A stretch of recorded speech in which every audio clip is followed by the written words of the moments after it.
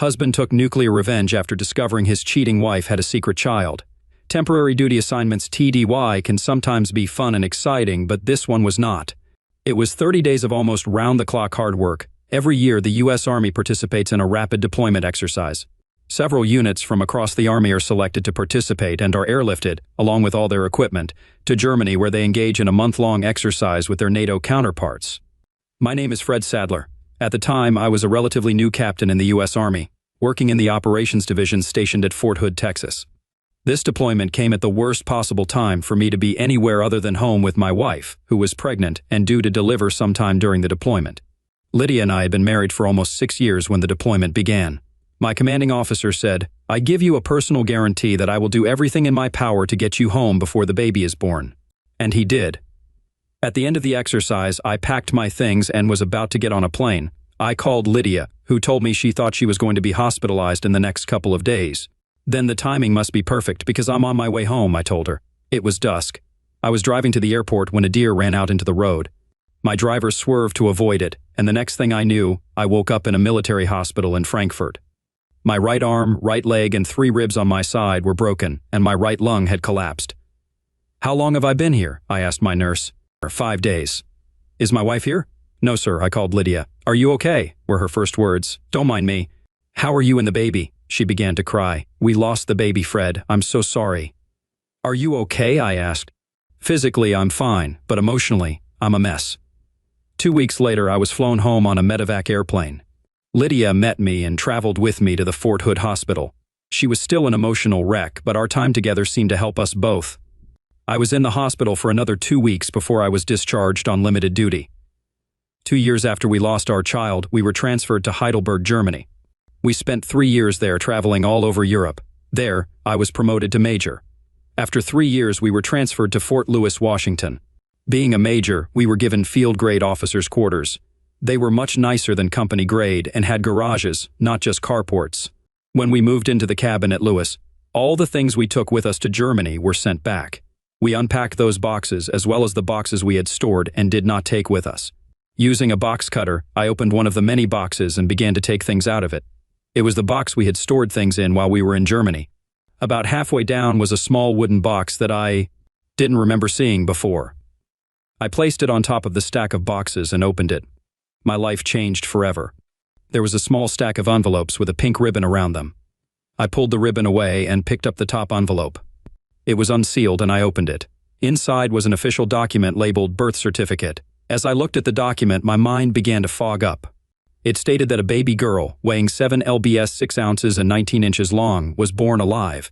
It included the date. It was the same date Lydia had told me our baby was not alive when born. The baby was named Hope. It went on to say that the mother's name was Lydia Jane Sadler, née Johnston. Where the father's name was listed, there was a note that said, "Unknown." I picked up the next envelope. It, too, was unsealed.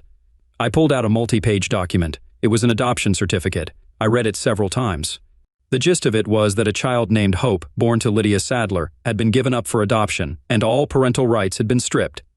It went on to say that since the identity of the biological father was unknown, his permission was not required.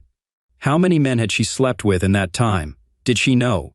She had to know that even in marriage, we need personal space and thoughts. I drove up to the golf course, parked the car, and headed to the 19th hole, where there was a bar, diner, and restaurant. I ordered 2 eggs over medium heat and corned beef hash. This used to be my favorite breakfast until Lydia changed my eating habits. I managed to eat most of it and sat on the deck while the golfers finished the 18th hole and went inside. When I got home, it was the middle of the day. She had made a lot of progress in taking down boxes and organizing the house. I went to my unit and into the office. There was no one there except the officer on duty. I sat down at my desk and tried to work, but my heart was not in it. When I got home, it was past midnight. She was lying in bed reading. I undressed and took a shower. "I'll sleep downstairs," I announced as I walked out and closed the door. I had just turned on the TV and was getting comfortable on the couch when she walked in, grabbed the remote, turned off the TV, and stared at me. "Cut the crap. Tell me what's wrong and I'll either help you or leave. Which is it? I haven't done anything wrong. So I won't tolerate you yelling at me when I'm trying to help or having to get out of your way when you try to run me down." I walked over to her, took the remote from her hands, and turned the TV back on. "Have a safe trip," I said. She left less than an hour later. On Monday morning, I talked to my commander and told him my story. I even showed him the documents. He was as dumbfounded as I was. "What do you plan to do?" he asked me. "I'm not sure." "Did she say where she was going when she left?" "No, sir, but she didn't take all her things, especially the box." There was a pause before I spoke again. I was thinking of trying to find my daughter, if she is my daughter, and proceed from there. It would be virtually impossible. In adoption cases, confidentiality is very important to both parties, he said. "I understand, but I have to do something. I have to start somewhere, and I don't trust her to tell me the truth anymore." Then I literally jumped up. "Oh my God, I have an idea. Can I have the day off?" "Sure." I saluted and ran out of his office and building, into the parking lot where I jumped in my car and drove home. I opened the box, pulled out the wooden box, and dumped the contents on the floor. There was a pacifier in there. A pacifier. Hope must have used it before she was taken. I put the box back together, put the pacifier in a clear plastic bag, and sealed it. I got on the internet, trying to find a DNA lab in the area. There was one in downtown Seattle. I went into the bathroom, but all of Lydia's things were gone. I rummaged through the cabinet under the sink, found her old hairbrush, put it in another plastic bag along with the bag that held the pacifier, and hauled back to Seattle. "We'll call you in about 3 weeks, she said. I didn't hear from Lydia for another whole day. "Hi," I said. "Are you feeling better?" "Better than what?" "Better than the idiot you were a couple of days ago." "No, same old idiot." "Why?" 3 weeks exactly. By then I should know if I'm going to eliminate you or just divorce you." I ended the conversation. The phone immediately rang and I ignored it. The next day when I got home, Lydia was already there. She met my car as I pulled up to the house. She was furious. "What do you mean you're going to either liquidate me or divorce me?" Exactly what I said. "I think I deserve an explanation," she said. "Me too." "About what?" she asked. We were still in the driveway. "You mean you don't need to explain anything?" I asked. "That's exactly what I'm talking about." "So there's no hope for us?" I said, putting as much emphasis as possible on the word hope. "What do you mean there is no hope for us? What have I done?" Then it hit her. "Oh my God, no, please no. I'll be back in an hour and you better not be here. I'll leave for work in the morning at 6:30. I'll be back at 5. By then, all your stuff should be out of this house." I left. I came back exactly an hour later and she was gone. And so was the box and some of her things. When I got home in the evening, the house was almost empty. She had picked out almost all the furniture and taken it away. True, she left my favorite chair and a bedroom set for guests. The next morning, I called my office to let them know I would be late. I then called Post Housing and arranged for government furniture to be temporarily brought to my apartment. I also called the credit union, our stockbroker, the insurance company, and anyone else I could think of, and went about those mundane housekeeping things that are usually associated with divorce. I then made an appointment with a JAG, Judge Advocate General, Army lawyer. I knew they were not authorized to represent me in civilian court, but they could advise me. They confirmed what I suspected: she would get half. We lived in public housing, so we didn't own a house, but we had enough equity to buy one if we wanted to. Both our cars were paid off. My life continued for a couple more weeks. I went to work, did my chores, mowed the lawn, and washed and cleaned my car. One morning, the phone rang. "Hello," I answered. "Is that Major Fred Sadler?" "It is Major Sadler. This is Margie from the DNA Analysis Center. A few weeks ago, you gave us some samples to test." "Yes, I did." "Well, the results are in and you can come in and look at them." "Can't you just tell me now?" "No, sir, I can't. We can either mail them to the address you gave us or show them to you in person.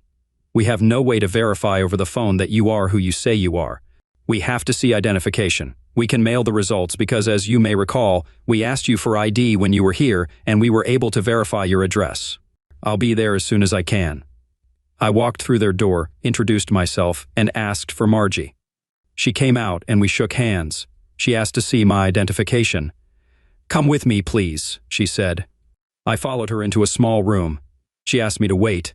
She left and came back a couple of minutes later. She handed me the pacifier and then spoke. "Sample A is yours, Sample B is from the hair you gave us, and Sample C is from the pacifier."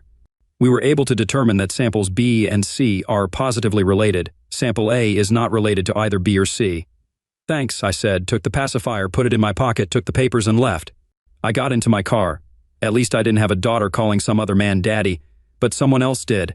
JAG was not authorized to recommend specific law firms or attorneys, but the JAG officer I spoke with was able to provide me with a list of approved attorneys and firms. The next day I started calling them. I made 6 appointments. At the 3rd appointment I found my man. He was a retired JAG officer and hated cheating spouses, both wife and husband. I spent over an hour telling him my story. When I got home, it was late. There was a letter in the mailbox. It was from Lydia. Fred, 3 weeks are up. Lydia. Short and to the point. The return address was her parents' address in Mechanicsburg, Pennsylvania. I called her. "Hi, Fred," she said. "I won't talk about it over the phone, and I'm certainly not flying to Pennsylvania, so I guess you'll have to come here. If you mean Seattle, I'm already here. I sent a letter last week when I was there. I'll be at the house at 6:30. Come over then," I told her. She hung up. I didn't make any special arrangements. No drinks, no cheese, no crackers, nothing. This was supposed to be a business meeting. I put the DNA documents and my copies of the birth certificate and adoption papers on the government-issued coffee table. She pulled up to the driveway at 6:20 but waited until exactly 6:30 to ring the bell. I was in no hurry to answer it. Opening the door, I invited her in and indicated where she should sit. I sat on the couch. She sat in the uncomfortable straight-back chair across from me. I reached into my pocket and pulled out a pacifier and held it out to her. She grabbed it and held it to her bosom. "Thank you," she said, as if I'd given her $1 million. Then I handed her a copy of the DNA test results.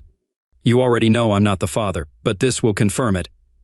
She reached for the results and took them with her left hand. The pacifier remained clutched in her right. "I take it you are sample A?" she asked. "Yes." Then I pushed the rest of the papers toward her without saying anything. She leaned forward, read the title on the top sheet, and tears welled up in her eyes. She set the DNA test results aside and picked up the dissolution of marriage application. She started to read it, but the tears were already flowing freely and falling onto the form, so she set it aside. "Can I have a tissue?" she asked. "I don't have any." "You're not making it easy for me, are you?" she asked. "You cheated," I said. She nodded. "How many times?" I asked. "Does it matter?" "No, I just want to know." "One weekend, different men." "Just one." "Who is he?" "Does it really matter?" "Again, I just want to know. I think I deserve it." "I'm not going to tell you." "Do I know him?" "I'm not going to tell you." "So you'd rather protect him than try to save your marriage?" She picked up the divorce petition. "Our marriage is over anyway, why ruin it?" "Okay, but you have to tell me why you lied about your daughter being not alive when born." "When I found out I was pregnant, I wasn't sure if it was your baby or his. I thought about getting an abortion, but I couldn't. Over time, I was able to reason that you can't know for sure if it's your baby or not. When we found out it was going to be a girl, I was even more sure you wouldn't know because there is a special bond between dad and daughter, and I was sure you and her would look alike. As the time of her birth approached, I started to get nervous. Maybe you would find out she wasn't yours. Then you went away on a business trip, and my nerves calmed down a bit. I was glad you wouldn't be around when she was born. Then you told me you were flying home, and I started to get nervous again. My emotions had been on a roller coaster. Maybe you'll know, maybe you won't. Maybe you'll be there when she's born, maybe you won't. I was nervous. Then she was there, alive and perfect. She was placed on my chest, and I looked at her and fell in love. She was beautiful. She had blonde hair and blue eyes. She paused. "Just like her father's. You have brown hair and brown eyes. No one in our families has blonde hair and blue eyes. I knew she wasn't yours. She was my daughter, and you were my husband. I loved you both, but I knew I had to choose between you. I chose you. The hospital staff helped me when I told them I wanted to give her up for adoption. Within 24 hours, I had the papers in my hands. They asked who the baby's father was, and I said I didn't know. They said it would be easier that way because if I knew who the father was, they would have to get his permission. I just held her in my arms. She was sucking on a pacifier when they brought me the papers to sign.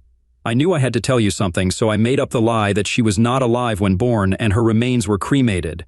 When you came home, I couldn't believe you didn't ask to see the birth certificate, certificate of death, or anything else. I still can't believe it. I trusted you, I said. I had no reason not to trust you. Besides, it was so traumatic that I saw no reason to add to our suffering by looking at those pieces of paper. Eventually, you and I got our lives back to normal, and I was almost happy. But a part of me was missing. It still is, and it gets worse every year on her birthday. I always took the time to pull out her birth certificate, touch her little footprints, and hold her pacifier. There were times when I wanted to put it in my mouth to feel closer to her, but it had some of my dried breast milk on it, and I wanted to preserve it, so I didn't. They must have scraped it off at the DNA lab. Oh my God, it's gone. She groaned, then looked at me. It's gone. Her milk is gone. You idiot, you took her milk. She fell to her knees and literally curled up in a ball on the floor. I picked her up and put her on the couch. I couldn't let her leave in that condition, so I covered her with a blanket and went to my bedroom, but not to bed. She remained there for several hours. At midnight, I heard the toilet flush. I went downstairs. She was sitting on the couch. "Would you like some coffee?" I asked. "Yes, please." She sat down at the counter while I brewed her a cup. She took a sip. "I guess I got a little cold feet, huh?" "Sort of." We sat in silence and drank coffee. "More?" I asked. "Yes, please," she replied. "Where are you staying?" I asked, brewing 2 more cups. "At the motel." "You were there for more than 3 weeks?" "No, I was with my parents most of the time." "Do they know the truth?" "No, I lied to them too. I told them that you and I were going through a difficult time and I needed to get away from you for a while. They paid for me to visit them. They think I came back to help sort out our difficulties." She looked around, walked over to the coffee table, pulled a pen out of her purse, sat down, signed the divorce papers without reading them, and left. When I woke up, it was the middle of Sunday morning. I spent the rest of the day thinking. I took the divorce papers to my attorney on Monday, and he filed them. I've been thinking a lot about who Lydia cheated with. She never told me who he was or how the affair started. It wasn't just that she cheated and got pregnant that made me angry, it was that she defended the idiot and wouldn't tell me who he was. The only thing she told me was that it only lasted 1 weekend. Fortunately, I was so busy at work that I didn't have time to think about anything else. 2 weeks later, I was back at Fort Hood, where Lydia and I were living when her daughter was born.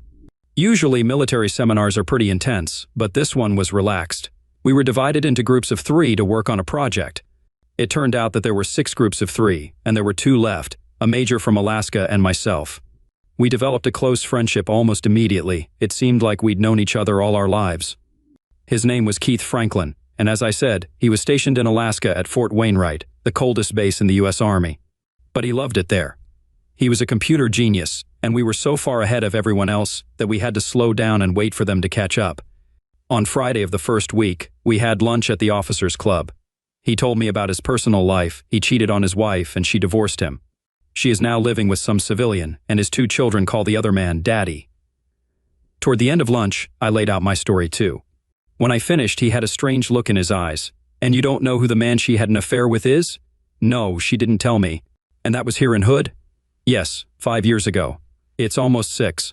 Blonde hair and blue eyes, that's what she said. Come with me."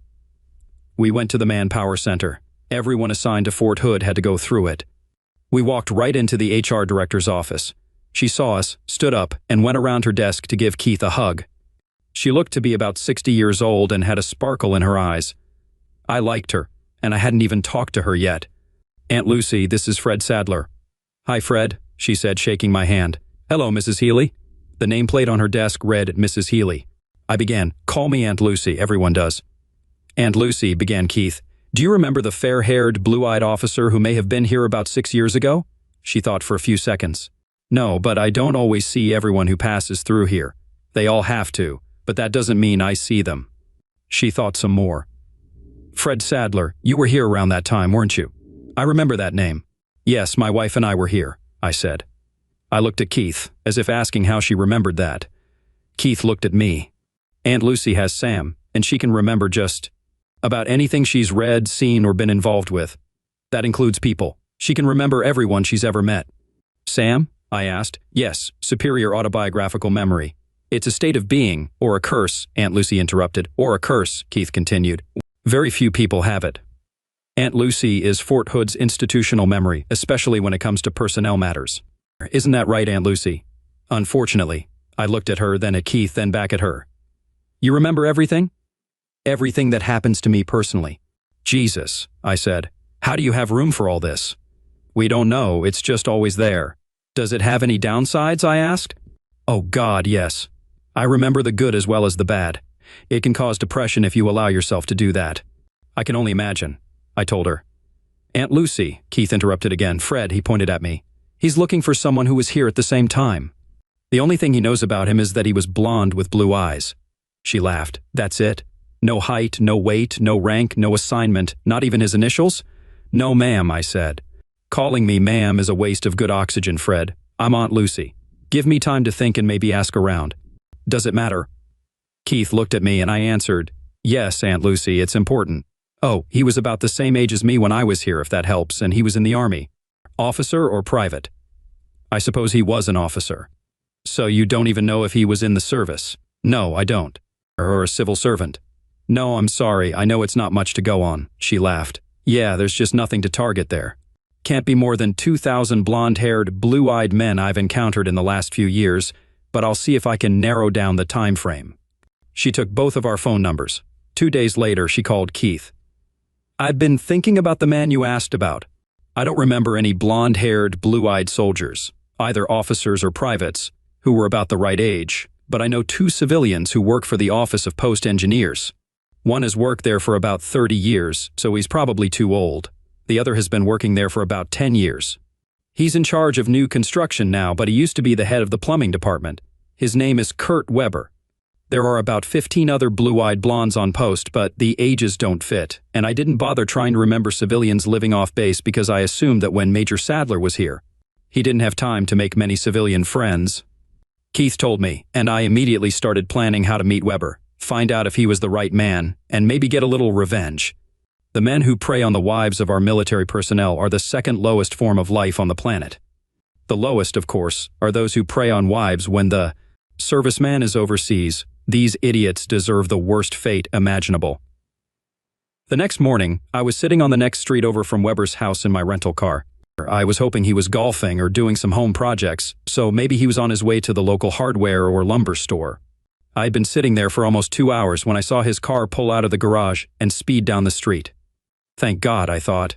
I didn't feel like sitting here all day to see if he'd gone somewhere, but I was willing to do it if I had to. I followed him to Home Depot. We parked, and I followed him into the store. He was obviously known there because he talked to a few of the employees. There was a spot right in front of the door where there was a coffee bar. I knew enough about Home Depot to know that their regular contractor customers could treat themselves. Weber helped himself and stood sipping his drink while he chatted with one of the salesmen behind the counter. Watching Mr. Weber, I realized one thing. Not only did he have sex with my wife and make her pregnant, but he chewed gum with his mouth open. Other than spitting on the sidewalk, I couldn't think of anything more disgusting. The clerk Weber was chatting with had to go help a customer, so Weber took one last sip of coffee, spit the gum into a paper cup, and walked away, unwrapping another piece of gum. I walked over to the trash can, looked in it, and saw, right on top, a paper coffee cup with a piece of gum in it. I looked around, didn't see anyone, and took the cup. I got in the car and called Keith. I told him what I had. He laughed and told me to hurry back, that he might have something bigger by the time I got there. When I arrived, he was literally jumping from place to place and waving some papers around. "You're not going to believe this," he said. "You won't really believe it." He grabbed my arm. "Look at this." "No, you better sit down." I did. He sat down next to me and put the papers in front of me. "Now look." There were a few names and an address. So I asked, "So what?" "That's Hope's name, address, and her family's name. Her name is Sarah now, Sarah Randolph. I hacked into the files of an adoption agency. Those files are encrypted better than the nuclear missile launch codes carried by the President of the United States." He then stopped and calmed down. "Well, I didn't personally hack their files, my brother did, but it's the same thing." I started to laugh. "That's great, Keith. But what exactly am I going to do with it?" "I have no idea, but you have them. Maybe we can blackmail someone." "Oh, that's great. I can already see the headlines. 2 Army officers tried to blackmail a 6-year-old foster child. That's a great one." He tossed the papers on the coffee table and leaned back in his chair. "Yes, I see where you're going with this." He got a little flustered again. "But we cracked their defenses. That's something." "Yeah, that's something," I said, laughing. I carried the papers and coffee cup back to my bunk and placed them on the desk. I have no idea why I did it, but I looked up the address where Hope lived and drove there early Sunday morning. It was almost 200 miles to Corsicana. The house was a typical suburban house. I sat outside for about an hour, observing American suburbia on a typical Sunday. The noise of a few lawnmowers, the screams of children, and the chatter of neighbors. No activity came from Hope's house until almost noon. A car pulled up to the driveway. There were 3 people in the car. A man was driving, a woman was in the front passenger seat, and a child was in the right rear seat. The woman got out of the car, closed her door, and reached for the right rear door. I was at the ready with my cell phone. The woman removed the child from the car seat, placed the child on the ground, then knelt down to straighten the baby's dress. I had just enough time to take a few pictures. I heard a noise next to my car. A woman and a child were walking by. "Sarah!" The child next to my car squeaked, and she ran toward the other child, who I realized was Hope, and ran toward her. They were only a few feet away from my car, and I took a few more quick pictures. I started my car and drove off before either of the two women became interested in the strange car and man parked on their street. I drove a short distance away and stopped to look at the pictures. 4 were absolutely perfect. I could even make out her blue eyes. I drove back to Fort Hood. The following week, Keith and I finished the course with ease. We graduated on Friday and then had dinner and a few drinks together. Saturday morning, we went to the airport and flew home, Keith to Alaska and me to Seattle. The following Monday was a school day, so I had the day off. I took Lydia's and Hope's DNA reports to the DNA testing center. The lady didn't remember me until I reminded her about the pacifier. I gave her Lydia and Hope's DNA results and handed her the coffee cup with the gum. "See? You in 3 weeks," I said as I left. In fact, it only took 2 this time. She gave me the results over the phone. "It's a married couple, no doubt," she said. "Mother, father, and child." She would send me the official results in the mail. Okay, I had all the information I needed, but what was it for? What was I going to do with it? All it did was confirm that Weber was, in fact, the guy Lydia had cheated with. I went to Walmart and bought paper and envelopes. I also made copies of 2 photographs of Hope and the DNA reports belonging to Weber, Lydia, and Hope. On the DNA reports, I cut off anything that could tell where the report came from. I put it all in an envelope. I made sure I had gloves on from the moment I opened the bag of paper and the box of envelopes, made copies of the photos and DNA reports, and even used self-adhesive stamps and water, not saliva, to seal the envelope. I made every effort to keep it untraceable. I addressed it to Mrs. Kurt Weber at their home address. I also included Lydia's name and her parents' address because I had no idea where she was. Then I drove to Seattle's main post office and dropped the letter in the mailbox. I had no idea what would happen in Texas' home of Fort Hood and the Weber family when the package arrived. The news from Keith was a little over a month old when I got a call from Aunt Lucy. "I'm going to ask you a question, and I want an honest answer," she said. "I'll do my best. Whatever you're doing isn't good enough. I need complete honesty. Is that what you and Keith did to Weber?" "Aunt Lucy, I don't mean to sound smart, but what did we do to him?" "Set him up so his wife would file for divorce." "Okay, here's what I did. Keith had nothing to do with it." I told her the truth, most of it anyway. I omitted Keith's part. "You certainly stirred up a hornet's nest. Apparently, when his wife received your package, she didn't know if your DNA was his or someone else's, so she did it herself. She took some of his DNA and sent it off for processing. She also sent the profiles of that woman and the baby. They matched, and that's where it all went downhill." "Who was the woman he was flirting with?" "She was my wife, Aunt Lucy." "Oh, Jesus, I thought it might be something like that." "Well, he was brought into the office yesterday and he's not thrilled. He was ranting and raving all over the base. Good hearing from you that his marriage is over is the best news I've heard in a while. I just feel sorry for his family." It was over for me. Lydia and I were divorced and Weber was on the road to divorce. I folded all the papers Keith had given me into a folder and put it in a box with other things I no longer needed but kept anyway. My life was moving on. Over the next few months, I went on a couple of dates, but nothing much happened. 2 years later, I returned to Fort Hood. I was surprised because I expected to be sent overseas like 90% of my classmates. Once in Hood, I found myself in Aunt Lucy's office. "How did you get back here?" she asked. "I have no idea." "Yes," came a voice from the past. It was newly promoted Lieutenant Colonel LTC Keith Franklin. He walked into the office, closed the door, and we shook hands. It turned out I needed an assistant, and a major who had just graduated from CGSC was just what I needed, so I asked for him.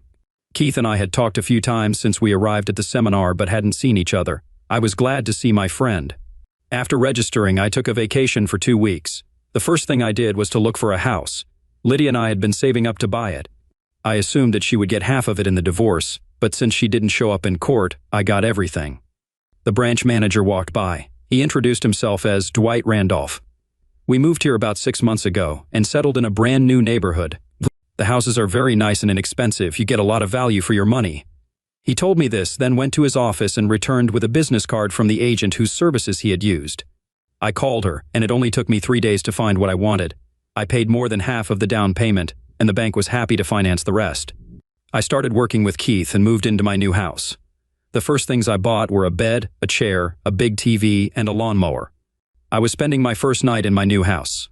It was already dark outside, and I had no curtains or drapes. There weren't even enough sheets to cover the big front window. I had just opened a beer and was holding a slice of pepperoni pizza in my hand when the doorbell rang. I had long since gotten off the no red meat diet Lydia had kept me on. I opened the door, and there stood a woman. "Hi, neighbor," she said. "My name is Samantha Randolph, but everyone calls me Sammy. We live in the neighborhood. We haven't lived here long ourselves, and I just wanted to say hello, introduce myself, and tell you that if you need anything, just ask." "Is your wife here?" I smiled. "Fred Sadler, no wife, divorced." I saw her frown. "But don't worry, I don't throw loud wild parties or even soft wild parties." She smiled. We chatted for a few more minutes before she left. The first week in my new home flew by. On Saturday morning, 3 women rang the doorbell and brought food. They also brought decorating ideas. They had seen my empty house with the lights on at night as I sat in it with nothing but a chair, TV, beer, and pizza. They decided it was time to help me. The ringleader was Sammy Randolph. A couple of hours later, I had a slightly worn but nice leather couch, a dining table and chairs, and a small coffee table to keep the pizza off the floor. The ladies were about to leave when 3 small children came running in, chasing each other.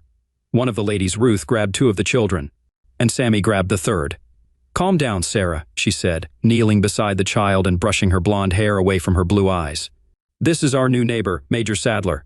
"Hello," she said confidently. "My name is Sarah." I leaned over. "Hi, Sarah," I said, looking into her piercing blue eyes. Blonde hair and blue eyes. I shook my head.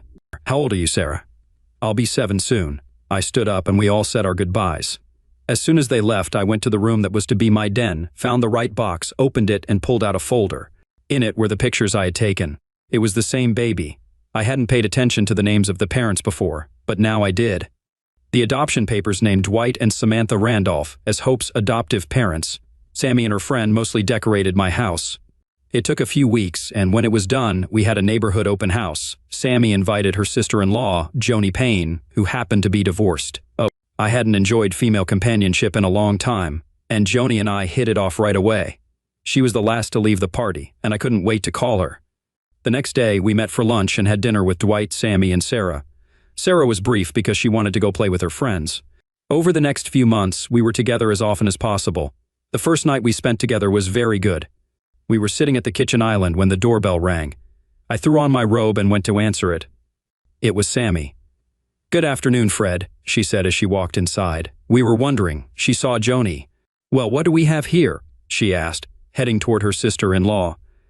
Joni was sitting on a stool, eating a ham and cheese sandwich. As Sammy approached her, she set the sandwich aside and turned to face her sister-in-law. Her robe was open, and Sammy reached up to close it. Joni laughed. "Too late for modesty, sis. He's already seen everything. In fact, he's—" "Never mind," Sammy said. I left the room and went upstairs to get dressed. When I came back, they were still discussing my bedspread. When they saw that I was dressed, they fell silent. The following weekend, Dwight and Sammy asked Joni to watch Sarah while the 2 of them went out to dinner. We were in the backyard watching Sarah in her sandbox. Without looking at Joni, I said, "She's a beautiful child, isn't she?" "Yes, she is." "Did you know she was adopted?" "Really?" "Yes, they've had her since she was born. According to the adoption agency, the birth mother was married, had an affair with a man she doesn't even remember, and got pregnant. Her husband was in the military. She didn't want him to find out about her affair, so she gave Sarah up for adoption. Dwight and Sammy were there to take her home. Sarah is the name her own mother gave her." "No, that name was Hope. It's on the birth certificate, but Sammy and Dwight changed it. Sarah suits her better." "What happened to the birth mother and her husband?" "I have no idea. The adoption agency closes their files very tightly. They don't give the birth mother access to information about the adoptive family and vice versa." Sarah came over and wanted to sit on Joni's lap. She leaned her head against Joni's and fell asleep almost immediately. A few minutes later, Joni asked me to carry Sarah into the bedroom and put her to bed. It was my first time touching her, and I felt very uncomfortable. I gladly laid her down. 7 months later, Joni moved in with me. A year after that, we were married. We had a very happy year until the Army intervened. We were told we were being sent to Germany for 3 years of service. We took 2 trips to the States, one when her father and Dwight's father died, and the other for the reunion. Both times, of course, we saw Dwight and Sammy. We saw Sarah at the funeral, but when we went back for the reunion, she was at camp. After 3 years, we received orders to go to Fort Bragg, North Carolina. I was going as a new LTC assigned to the post headquarters as an executive officer under the post commander. This was normally a position for a colonel, not a junior lieutenant colonel, but I didn't mind. In the military world, you don't look a gift horse in the mouth. To help me get settled in, the staff organized a series of briefings with the various departments that support the post. One of the briefings was to be given by a post engineer. Representatives from that department, as well as the post engineer himself, were already in the conference room when I arrived. I sat down in my seat at the table and watched as a blue-eyed civilian stood up to begin his speech. His hair was slightly blonde but with a touch of gray. He introduced himself as Kurt Weber. I just stared at him. He had been talking for an hour, and I hadn't heard a word, and my gaze never left his face. It was obvious that he was uncomfortable with me looking at him. At the end of his speech, he asked if I had any questions. "Tell me, Mr. Weber, have you ever been to Fort Hood?" "Yes, sir. I was in the engineering department." "Did you like it there?" "Yes, sir. Why did you leave?" "It's rather personal, sir." "You are correct." "I withdraw the question. I'd just like to know about the people I work with. I seem to recall a scandal at the Fort Hood engineering department a few years ago." "Do you know anything about that?" "I vaguely recall something about one thing. There was someone cheating, if I remember correctly." "Ah, well, I just remembered something. Thanks for the briefing. If you need anything at headquarters, feel free to contact me." "Just in case you forgot," I pointed to the name tag on my uniform. "My name is Sadler, Sadler, Fred Sadler. I wouldn't want you to forget it." I was still looking straight into his eyes, and I could see the light. Bulb turn on and his eyes get huge. Kurt Weber became several different colors, ranging from red to pale gray. I got up and walked away. In the afternoon, I learned that Mr. Kurt Weber had requested a transfer. Unfortunately for him, this request had to go through me. When I received it the next day, I wrote in large letters, "Response, I have plans that involve Mr. Weber's expertise. He will play a key role in the realization of these plans." The next day, to the surprise of almost everyone, Mr. Kurt Weber tendered his immediate resignation. I signed it. Every day, I fell more and more in love with Joni. I watched her become increasingly beautiful and hot. Every morning I looked in the mirror and saw an aging, middle-aged man, wondering what she saw in me. But whatever it was, I was grateful for it. We cherished our time together, and years flew by much faster than I wanted. We were stationed in Alaska and traveled to Killeen to visit Sammy and Dwight. On our first evening, they told us about a decision they had made with Sarah, who was almost 18. She had always known she was adopted and was now interested in finding her biological parents. Dwight and Sammy supported her decision, but the adoption agency offered no help, citing compliance with the law. All we heard that first day was how outdated the laws were and how they needed reform, especially since it's important for an adopted child to know their birth parents' health status. They decided to use a website dedicated to DNA and ancestry. They sent Sarah's DNA and waited to see what happened. Sarah hoped her biological mother could attend her high school graduation, but since it was only a couple of weeks away, they doubted it would happen. That night, Joni and I were already in bed when she asked, "What are you going to do?" "About what?" "About Sarah." "What about her?" "Come on, Fred, married couples don't have secrets, or shouldn't have any. I found your little file 6 months after we were married. She can avoid DNA testing if you tell them everything you know." "Oh crap," I said. "Yeah, oh crap. Why have you been silent all these years?" "I'm not sure. I guess I knew how sensitive you'd be about it, and Dwight and Sammy didn't need to know, so I kept quiet. But now it's become important, and you have to address it. Any suggestions on how I can do this?" "Just tell the story, I suppose. How do you think they'll take it?" "Dwight is my brother and just like me, so he'll take it normally. Sammy is the dark horse."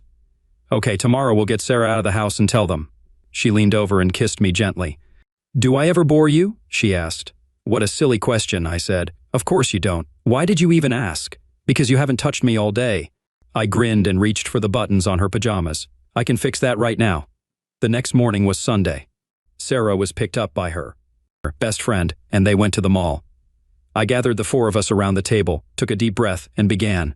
I started by telling them that Joni and I had packed our things before we went downstairs, so we were ready if they wanted to kick us out.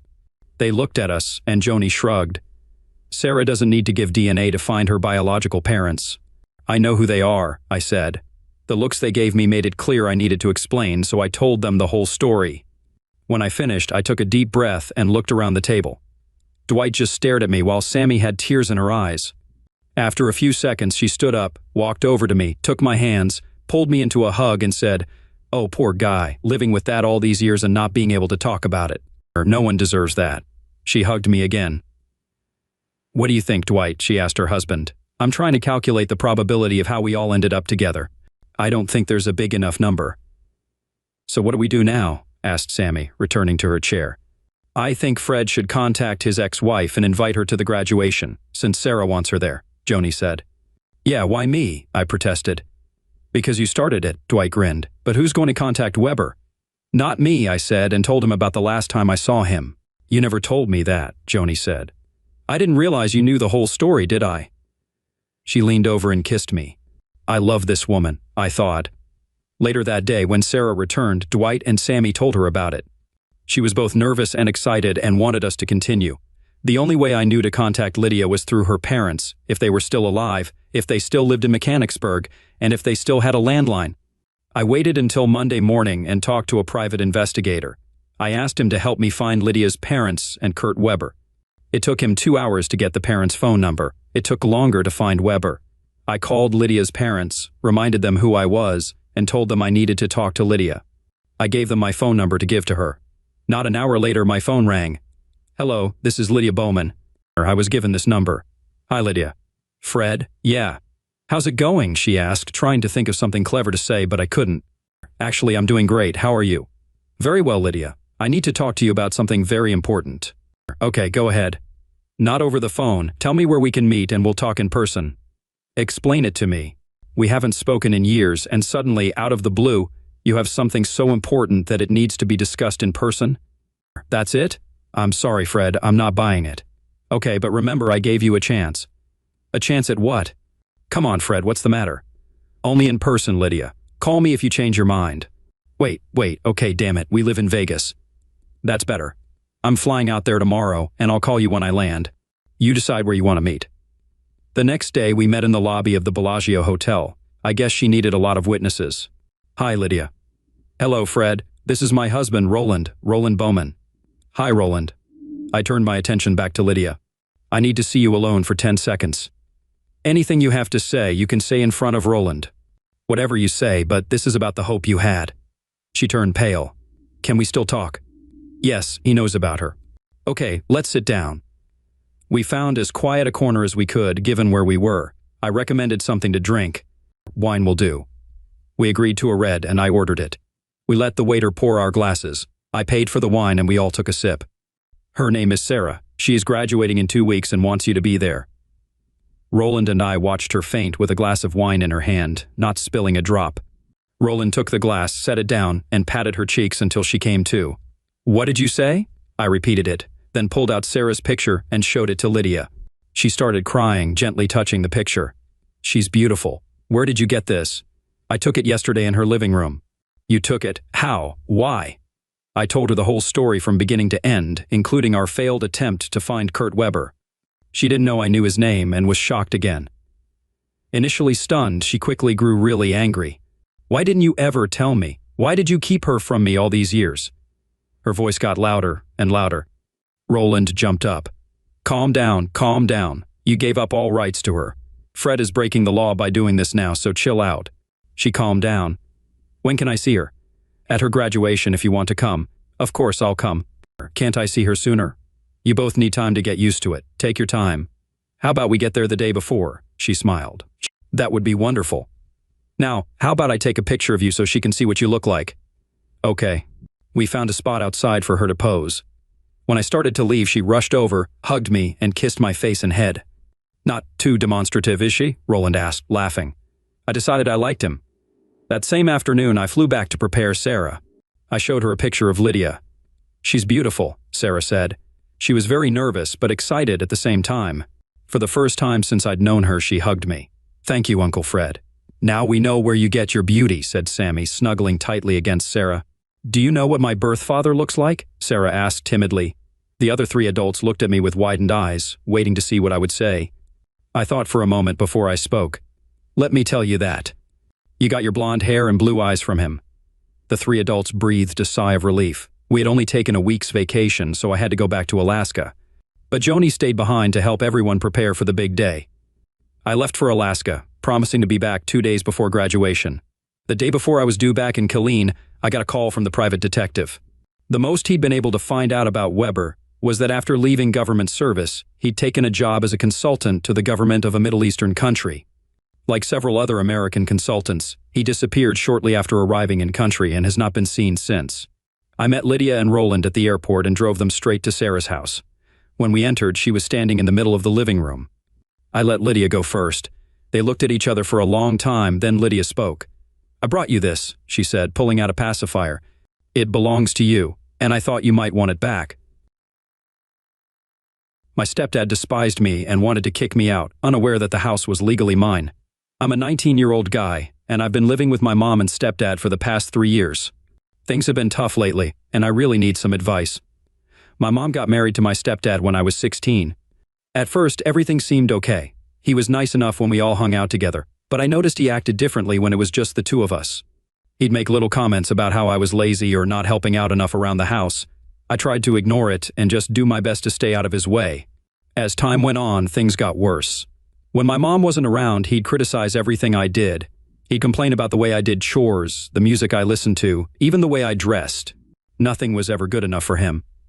I tried talking to my mom about it a few times, but she always brushed it off. She'd say things like, "Oh, he's just trying to help you become more responsible," or, "I'm sure he doesn't mean it that way." The real problem started about 6 months ago, when my mom found out she was pregnant. My stepdad was over the moon about it. He started talking about all these plans for the baby's room, and how excited he was to be a dad. I was happy for my mom, but I couldn't help feeling left out. That's when the lies started. My stepdad began telling my mom all these stories about things I supposedly did wrong. He'd say I was staying out late when I wasn't, or that I was being disrespectful to him, which wasn't true. I tried to defend myself, but it was always his word against mine. My mom seemed confused and didn't know who to believe. Last week, my stepdad announced that he wanted to remodel the house to make a nursery for the baby. He started talking about knocking down walls and rearranging rooms. I didn't think much of it at first, but then things took a turn I never expected. 2 days ago, my mom sat me down for a talk. She looked uncomfortable and wouldn't meet my eyes. She said, "Honey, you're 19 now and you're becoming a man. We think it might be time for you to get your own place." I was shocked. I stammered something like, "What? Why, did I do something wrong?" She rushed to reassure me. No, it's not that. It's just, well, with the baby coming, we need the space, and you're old enough now to be on your own. It'll be good for you to learn some independence." I could tell by the way she was talking that this wasn't her idea. My stepdad was standing in the doorway, arms crossed, with this smug look on his face. That's when I knew he had put her up to this. I tried to argue, to explain that I wasn't ready to move out. I'm still in community college, and I work part-time at a local grocery store. There's no way I can afford my own place right now. But my mom just kept repeating that it would be good for me and that I needed to grow up. The worst part came when my stepdad chimed in. He said, "You've got 2 days to find a place. We need to start the remodeling soon, and we can't have you underfoot while we're trying to get ready for the baby." 2 days. How am I supposed to find a place to live in 2 days? I don't have any savings, I don't know the first thing about renting an apartment, and I don't have anyone I can stay with. All my friends still live at home too. I spent all of yesterday in a daze. I couldn't focus at work, and I kept making mistakes. My boss noticed and asked if everything was okay. I just mumbled something about family problems and tried to pull myself together. When I got home, I overheard my mom and stepdad talking in the kitchen. My stepdad was saying something about how it was about time I moved out and how I was holding them back. My mom sounded unsure, but he kept talking over her, saying things like, "You've got to cut the cord sometime and he'll thank us for this later." I wanted to burst in there and tell them both off, but I knew it wouldn't do any good. My stepdad has my mom wrapped around his finger, and anything I say will just be twisted and used against me. So now I'm sitting here in my room trying to figure out what to do. I've got less than 24 hours to come up with a plan, and I'm completely lost. I can't afford an apartment. I don't have any relatives nearby who could take me in, and I'm not even sure how to start looking for a roommate situation. I've thought about trying to reason with my mom one more time, but I'm afraid it'll just make things worse. My stepdad will probably accuse me of trying to manipulate her or something. I've also considered just refusing to leave, but I don't know what would happen then. Could they legally kick me out? Would they call the police? I don't want to cause a huge scene, but I also don't want to end up homeless. Part of me wants to just pack a bag and leave tonight, but I don't even know where I'd go. I could probably crash on a friend's couch for a night or two, but that's not a long-term solution. I feel like my whole world is falling apart.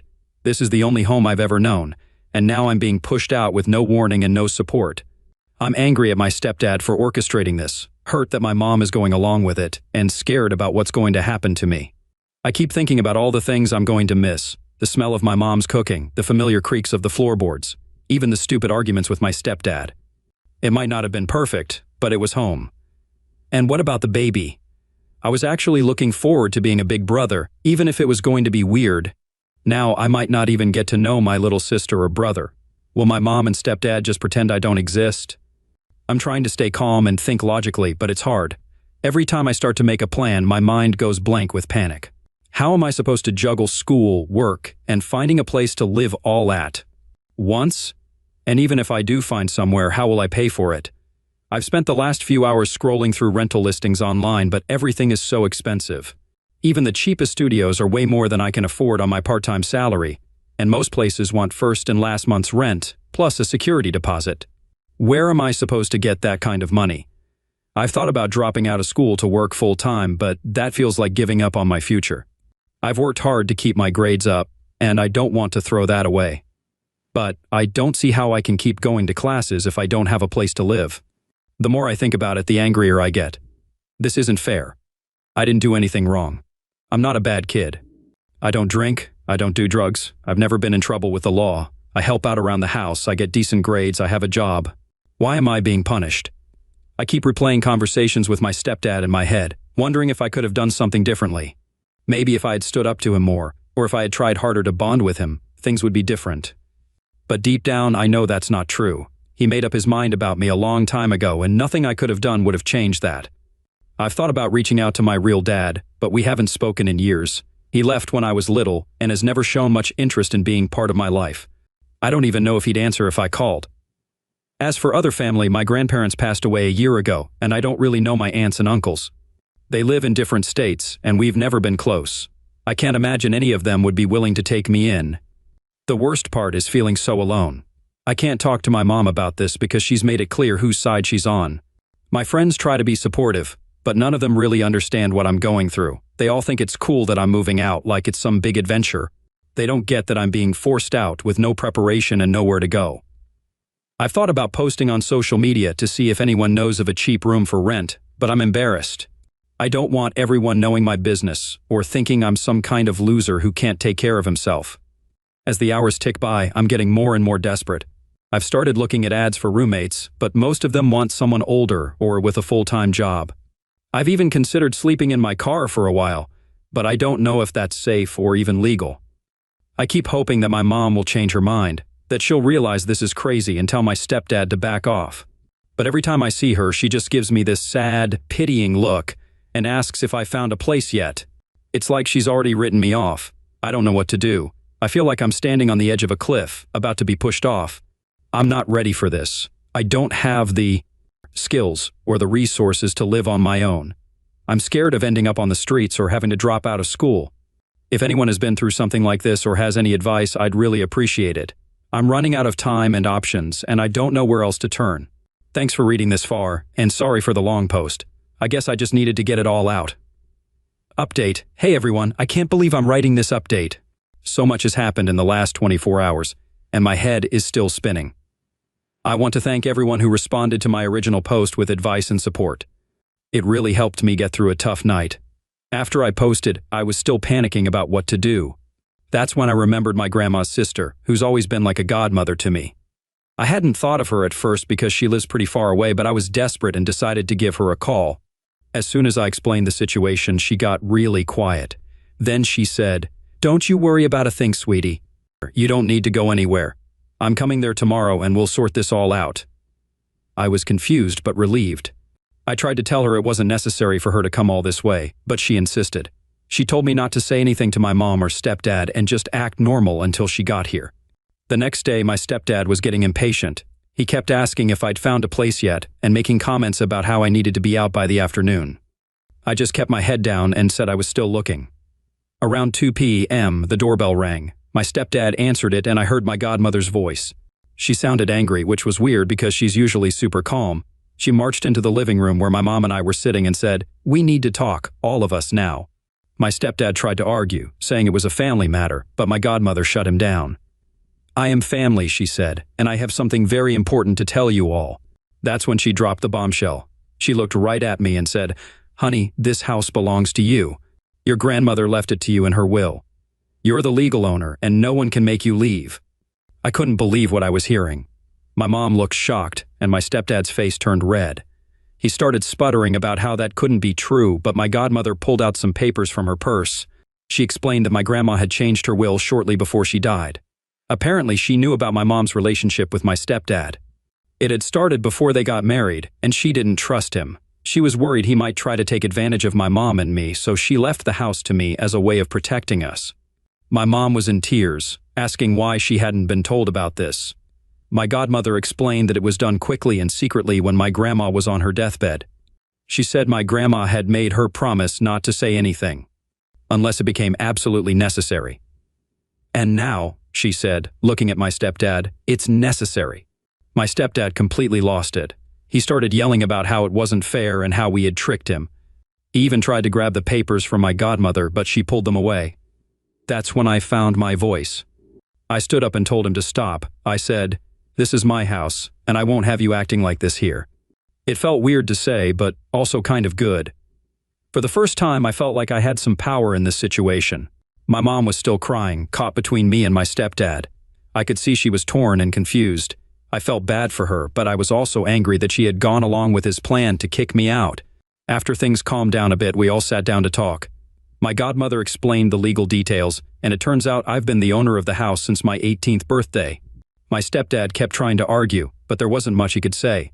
In the end, I made a decision. I told them that I was willing to let everyone stay in the house, including my stepdad and the baby when it comes, but I had conditions. First, my stepdad had to start treating me with respect. No more criticism, no more lies to my mom about me. Second, we all had to go to family counseling to work on our relationships. And third, any major decisions about the house had to be discussed with me first. My mom agreed right away. My stepdad wasn't happy, but he didn't have much choice. It was either accept my terms or leave. It's been a few days now, and things are still tense. My stepdad barely speaks to me, but at least he's not being openly hostile anymore. My mom seems torn between guilt over what happened and relief that we're all still together. I'm still processing everything. It's weird to suddenly be the owner of a house at 19. I've got a lot to learn about property ownership and responsibilities, but I'm also feeling more secure than I have in a long time. I know we've got a long way to go before we're anything like a happy family, but at least now I know I have a place here, and no one can take that away from me. Thank you again to everyone who offered support and advice, and a huge thank you to my grandma, wherever she is, for looking out for me even after she was gone. I promise I'll do my best to take care of this house and make her proud. The husband found out that his wife was unfaithful, and this might have been going on for a long time. Let's listen to their story. I'm 47 years old, and my wife is 45. We had a happy marriage for 22 years, and we're proud parents of 3 kids, a 20-year-old son, and 2 lovely daughters, aged 18 and 16. However, something significant happened on September 2001. On that day, my wife had planned to meet a man she met online at a nearby hotel. It was clear they wanted to have an affair because they had been exchanging texts and photos for several months. At that time, we had only been married for 2 years, and our son wasn't even a year old. It's hard to believe how different things were back then. Surprisingly, the tragic incident involving the New York Towers prevented her from going through with her plans. Her uncle was on the 84th floor of the South Tower and died instantly in the fall. The whole country mourned, and my wife was deeply affected by this news. I sympathized with her and supported her during this tough time. Overwhelmed by guilt, she eventually confessed her intentions to me and expressed deep regret. She assured me that their relationship hadn't gone beyond the emotional stage and even provided evidence to prove it. Before her confession, I had a vague feeling that something was wrong, but I never suspected she was emotionally involved with someone else.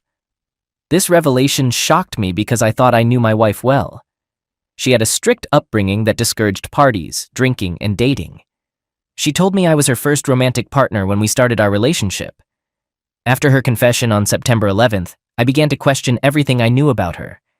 If not for the tragedy, she might have gone through with her plan, and I wouldn't have suspected a thing. To consider reconciliation, I made it clear that she needed to see a psychologist. Despite this, I didn't see concrete evidence of her taking steps to address the issues that led to her actions. The betrayal remained a painful memory.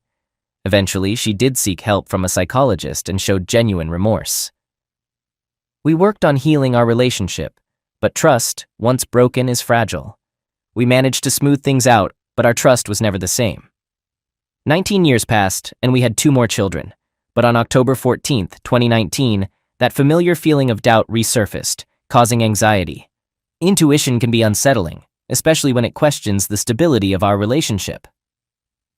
One Monday morning, tensions escalated when our 18-year-old daughter had a heated argument with my wife before heading to school.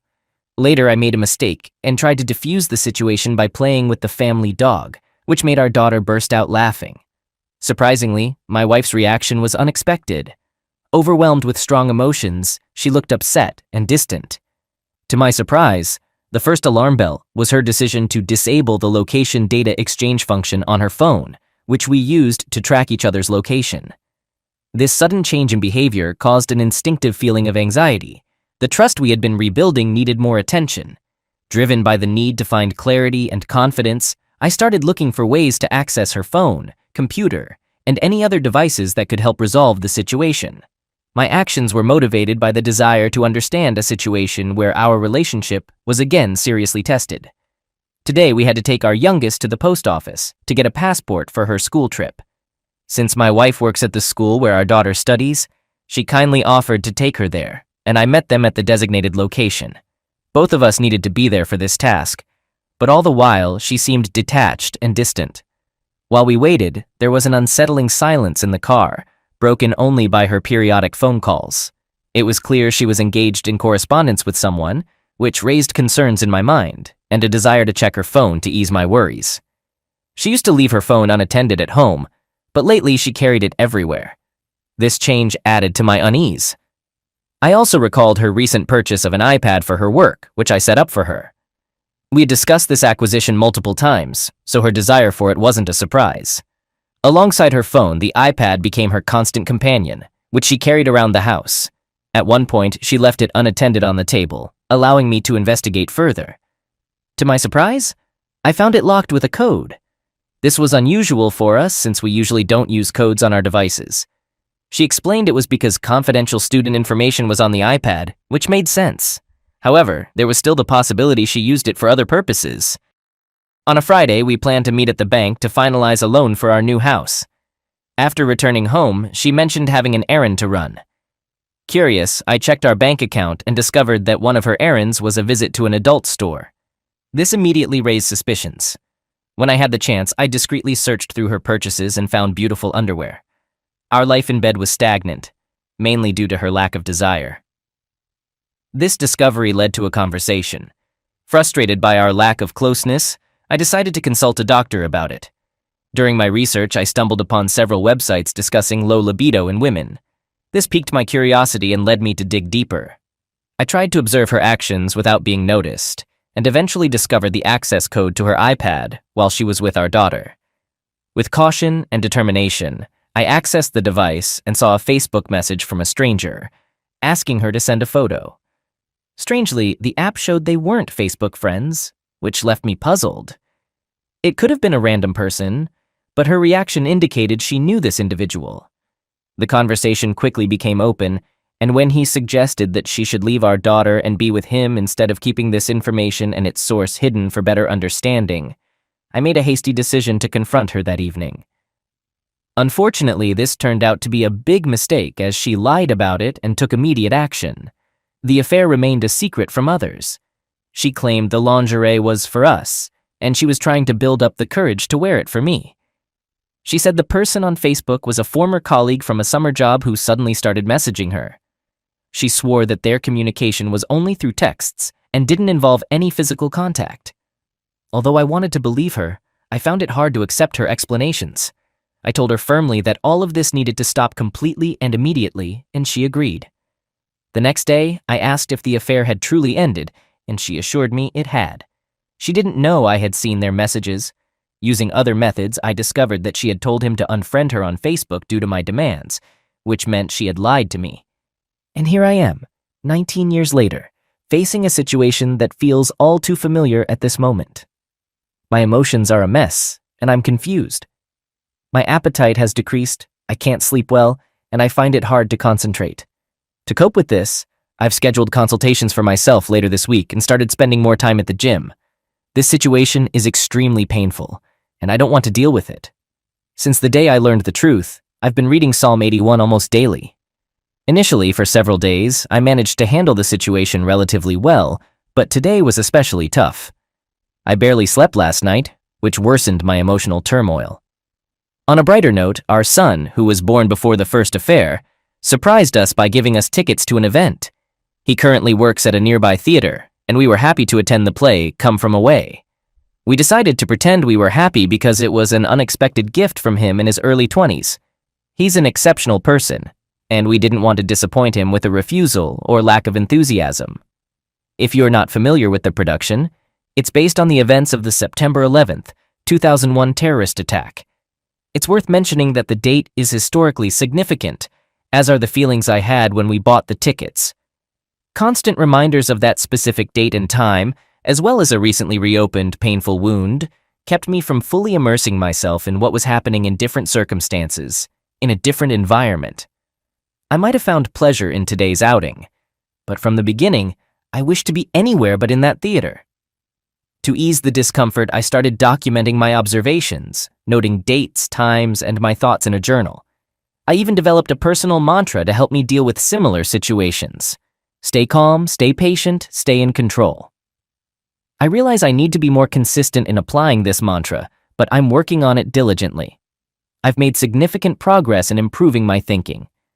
Now, as we get ready for our evening shopping, I'm determined to change my perspective on what's happening as a result of my investigation. It turns out that her interactions with other men occurred during a summer school program where she worked as a teacher's assistant. During this program, she connected with a physical education teacher who turned out to be 32 years old, while my wife, who behaved inappropriately, is 47 years old. This situation can be described as her playing the role of a cougar. Her partner is a physical education teacher at a nearby school, while my wife works at another school, not even in the same district. She crossed paths with him during their joint participation in the summer school program, which accepts applications from teachers and staff from various districts who want to participate.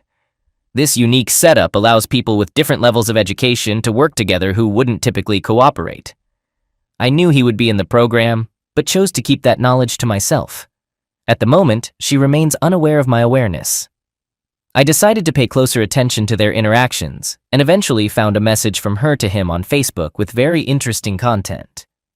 To my surprise, he seemed to brush her off, which made me smile. This led me to believe he saw her more as a friend and wanted to avoid a romantic relationship, considering their significant age difference. She's 47, about 15 years older than him.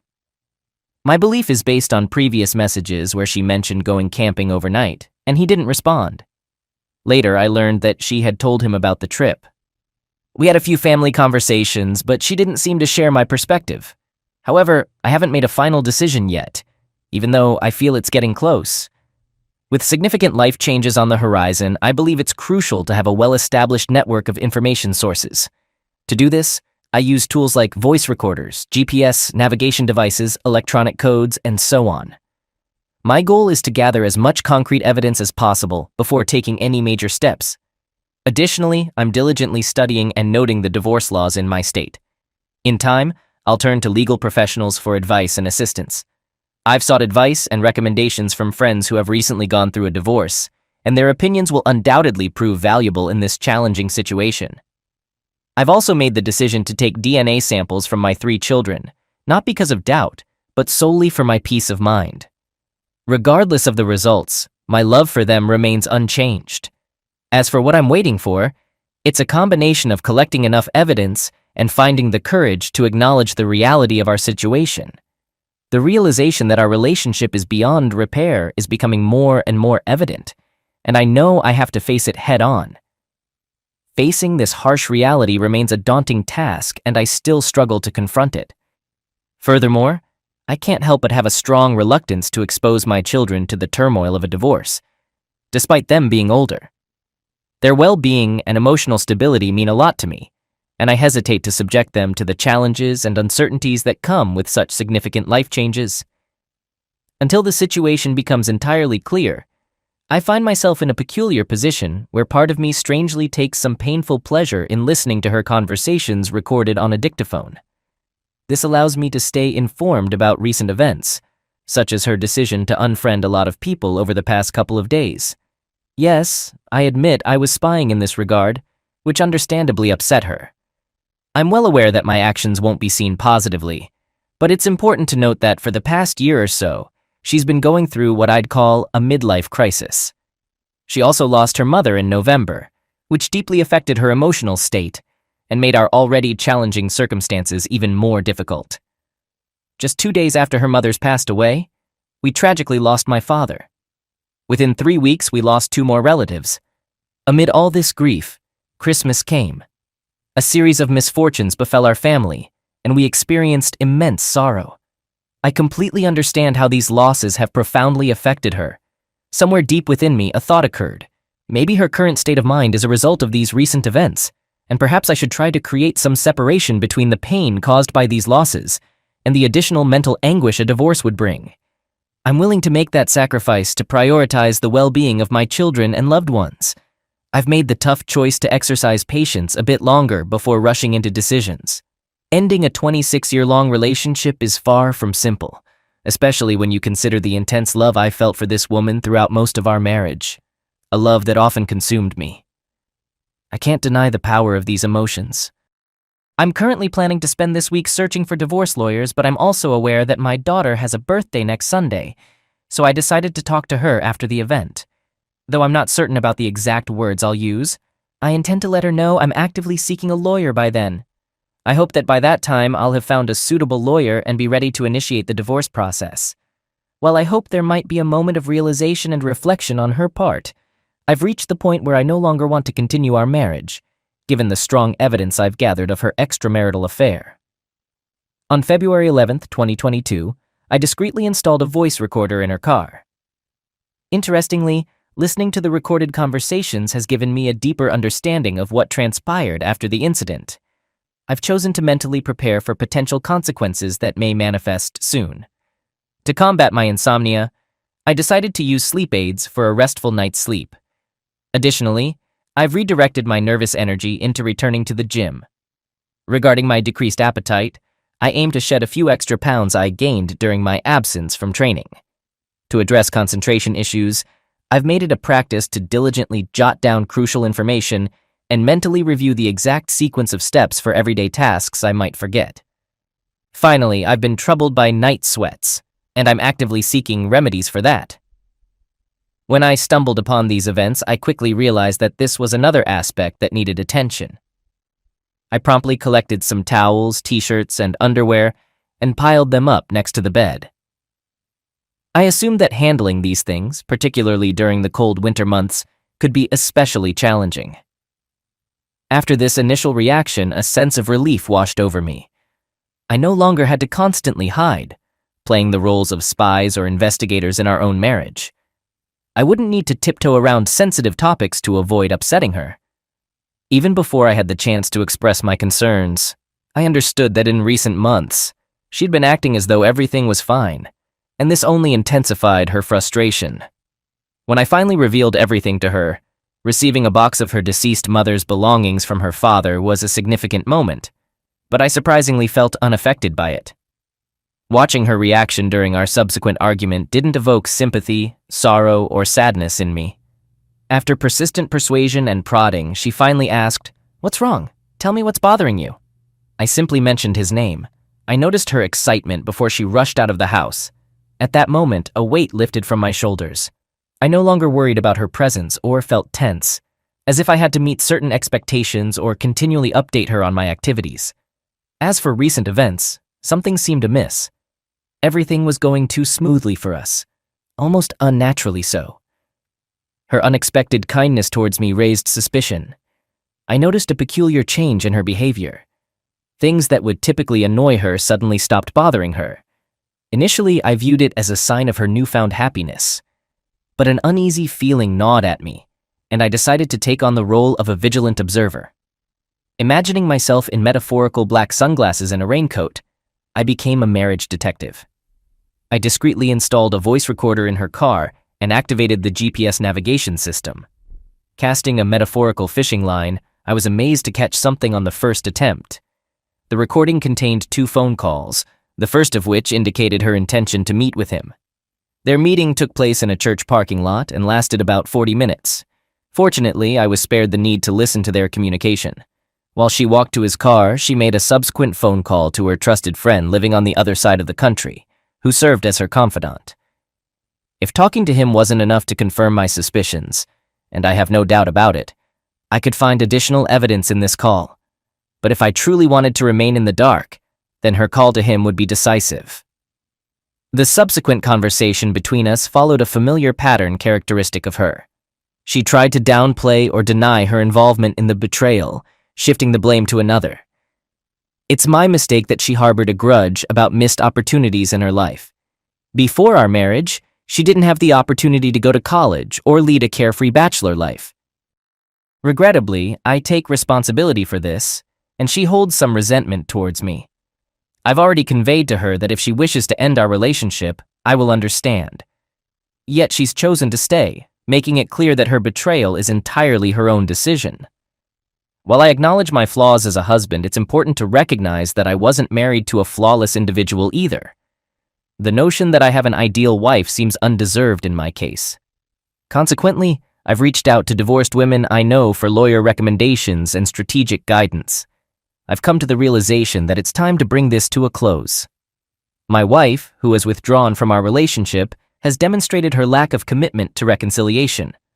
I'm unwilling to subject myself to the risk of potential future betrayals. Hence, I'm leaning towards a divorce. Are there any specific tips or techniques I should acquaint myself with during this process? I'm still engulfed in a whirlwind of emotions.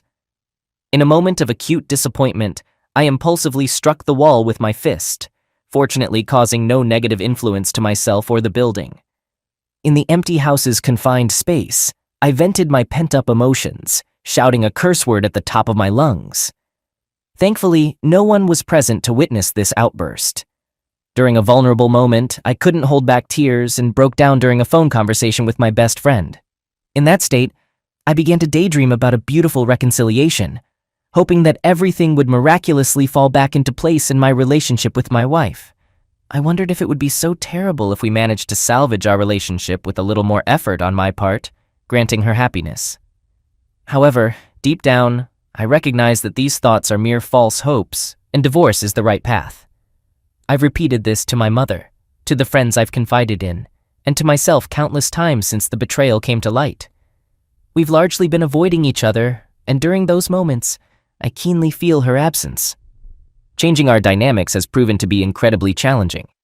We used to exchange text messages during the day at work, checking in on each other, sharing updates during breaks, and having light conversations. Casual hugs and kisses were commonplace. But now, back at home, all of that has ceased. As mentioned before, we actively steer clear of each other within our home. She's chosen to sleep on the couch instead of our bed.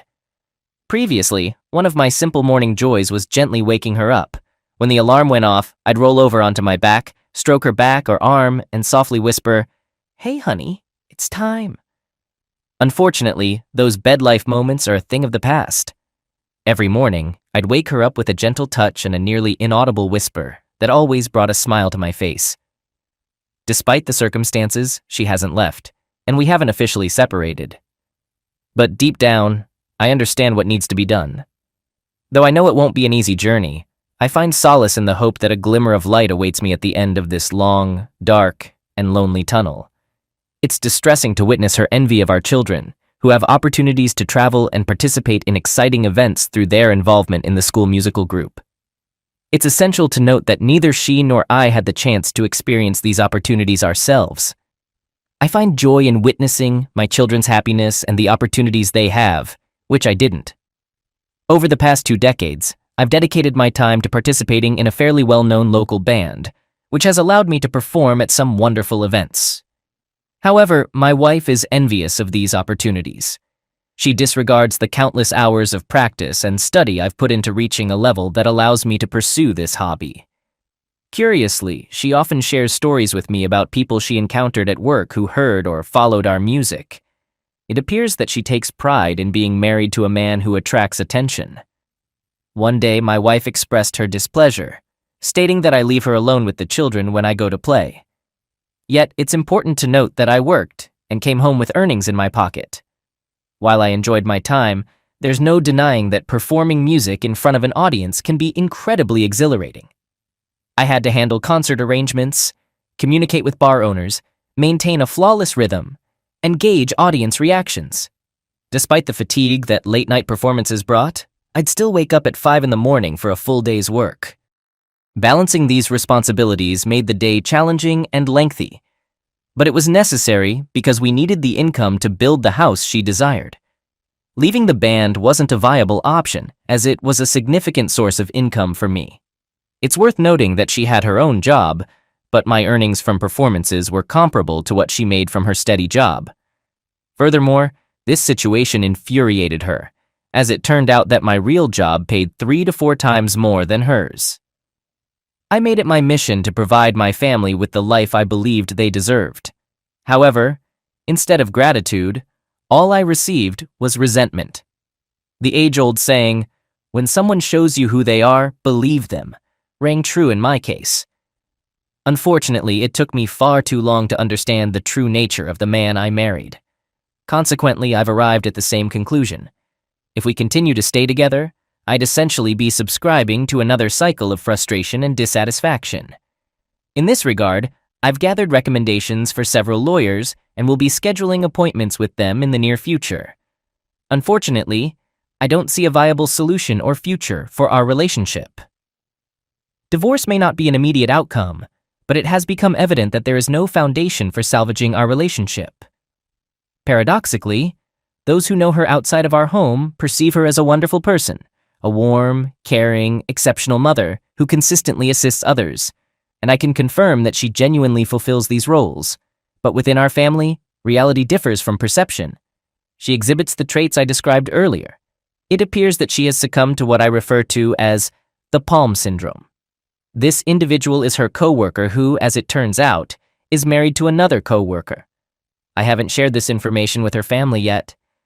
As far as I know, her father and his sister are the only relatives she has left. Although I don't communicate with them very often, I intend to inform her father at some point.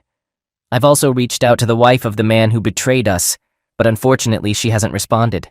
If I don't receive a reply, I'll send another email in a couple of days with more details, and then I'll respect her decision if she chooses not to engage further. Tonight, I gathered the courage to talk to my wife about wanting a divorce. Hugs and tears, the bed life moments we once shared, are now a thing of the past. Thankfully, she understood the gravity of the situation. We engaged in a bittersweet conversation, reminiscing about how we wished things could be different. Summoning the courage, I asked her a tough question. Did you not consider this outcome when you made this choice? She admitted she was aware but remained deeply upset. It's painful to witness her suffering. Despite my deep love for this woman, I've come to the realization that I can't continue this relationship. It's a choice I don't want to make, but it's necessary. I believe I'll find solace in the fact that I won't be tied to her anymore.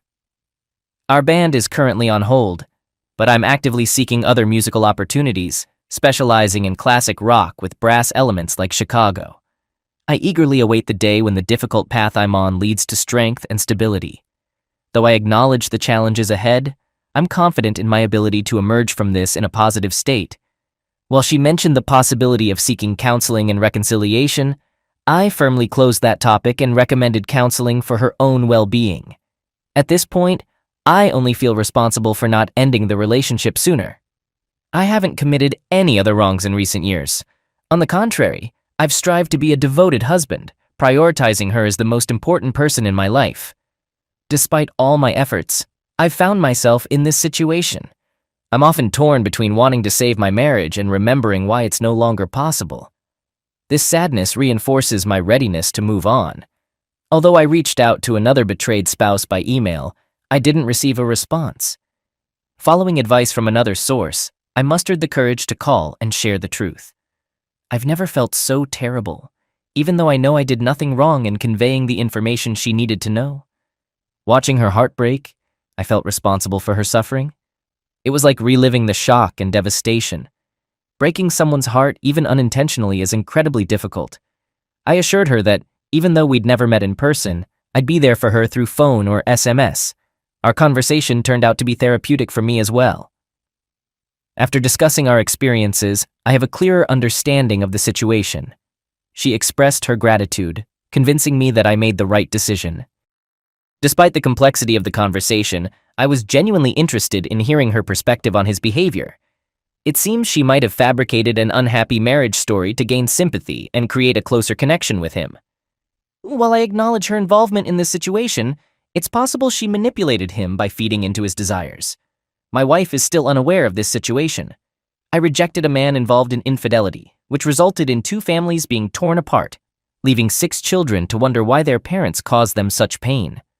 Perhaps comparing salaries would shed light on the situation, but it didn't occur to me at the moment. I've stopped communicating with her and try to avoid being in the same room unless it involves our children or household duties. Recently, there's been a noticeable coldness in our home. It appears she's slowly realizing she's crossed a line. I take measures to protect myself, seeking legal advice and support from friends while planning to move forward. It seems she doesn't fully grasp the seriousness of the situation. To create distance, I limit our conversations to important topics like home, children, and finances. I'd rather not share a room with her. She's starting to comprehend the gravity of the situation, but seems to expect me to either ignore what happened or make a desperate attempt to save our relationship. In the past, I failed to assert my needs and desire to stay together. I settled for apologies and minimal changes. I apologize for my previous passivity, but I'm adopting a different approach now. I've completely changed my behavior, refraining from casual conversations and small talk with her. Those interactions are a thing of the past. She seems to struggle with accepting my decision to let go of various aspects of our relationship. Witnessing this is quite disheartening. She doesn't realize that the issues in our marriage are entirely on her shoulders. I understand that I may never get an answer to the why question. The question why remains. Despite all the challenges, tonight was a positive one. We spent time as a family at an event celebrating my youngest daughter's performance in the school musical, The Best Daughter. She had a significant role and gave an impressive performance. Watching her sing, dance, and savor each moment on stage was heartwarming. During the performance, my wife sat beside my mother, who is aware of our situation. Even though my wife doesn't know what my mother knows, I couldn't help but feel sorry for my mom, who must have been in an awkward position. When I finally told my mom the truth, she was genuinely shocked. She mentioned how we always seemed happy together, and she truly loved my wife like her own daughter. Another person who had experienced betrayal contacted me with a text message during the performance, expressing concern about how I was holding up. This individual's husband, involved in infidelity, was temporarily sent away by another wife. She discovered that he sought refuge with a friend who, as it turned out, was absent. This raised concerns about possible inappropriate behavior. I was relieved to reassure her that her fears were unfounded. However, I'm also plagued by painful memories and obsessive thoughts. Despite my hopes for reconciliation and finding a way to repair our relationship, I'm increasingly convinced that divorce is the most reasonable choice. I understand that under the circumstances this may seem early or uncertain, but continuing the relationship appears completely untenable. The only sensible option right now seems to be divorce, despite my occasional desire to salvage our shattered life and family. Yet these moments of nostalgia and hope are fleeting. They're part of the healing process, but they quickly fade, giving way to the harsh reality that staying with her isn't worthwhile. I see this shift as progress because it makes me question why she, seemingly a normal person raised in a devout Christian family, would engage in such a reprehensible act, contrary to the principles and moral boundaries instilled in her from childhood. Tonight marked a turning point. I followed her to the parking lot where she stood for a while, then went to the store and returned to the parking lot. As I watched from the sidelines, I couldn't help but wonder what was happening. My intuition told me she was with him, prompting me to investigate further. To my shock, I found her car parked next to his. In the process of clarifying the situation, I contacted his wife, with whom I'd been communicating for the past few days. She encouraged me to approach them, introduce myself, and take a photo as evidence. Following her advice, I asked my wife not to return home that evening, and I continued my way home alone. She called me, crying and apologizing. Reluctantly, I agreed to pick up my things, hoping that she would leave for a while. This is how I finally got all the answers, and a new chapter in this turbulent journey began. However, there was an unexpected twist. The DNA test results for my 3 children remained untouched in the mailbox where we kept our mail, and anyone could have taken them. Since I rarely received physical mail, I had forgotten about them.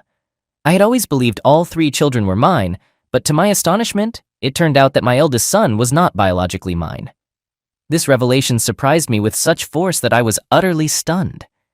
I hadn't expected such a betrayal, and realizing she must have been unfaithful in the early years of our marriage, my heart was irreparably shattered into countless pieces. I understood that it was necessary to be honest with my children, even if it meant delivering heart-wrenching news.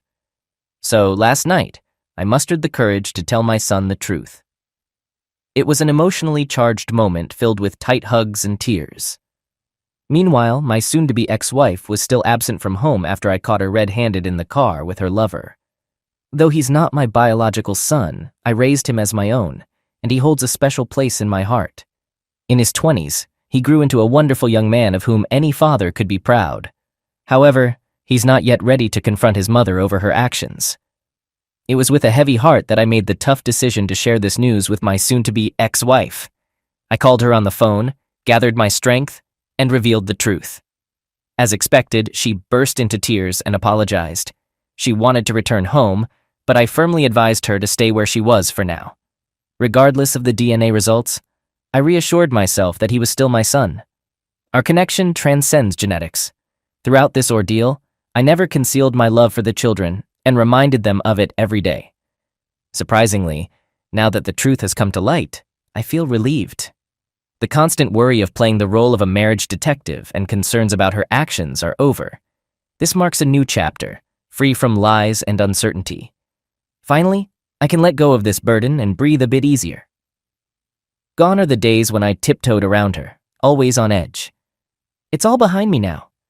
My children and I have embarked on the path of healing, and though it won't be easy, we've found a sense of peace amid the chaos.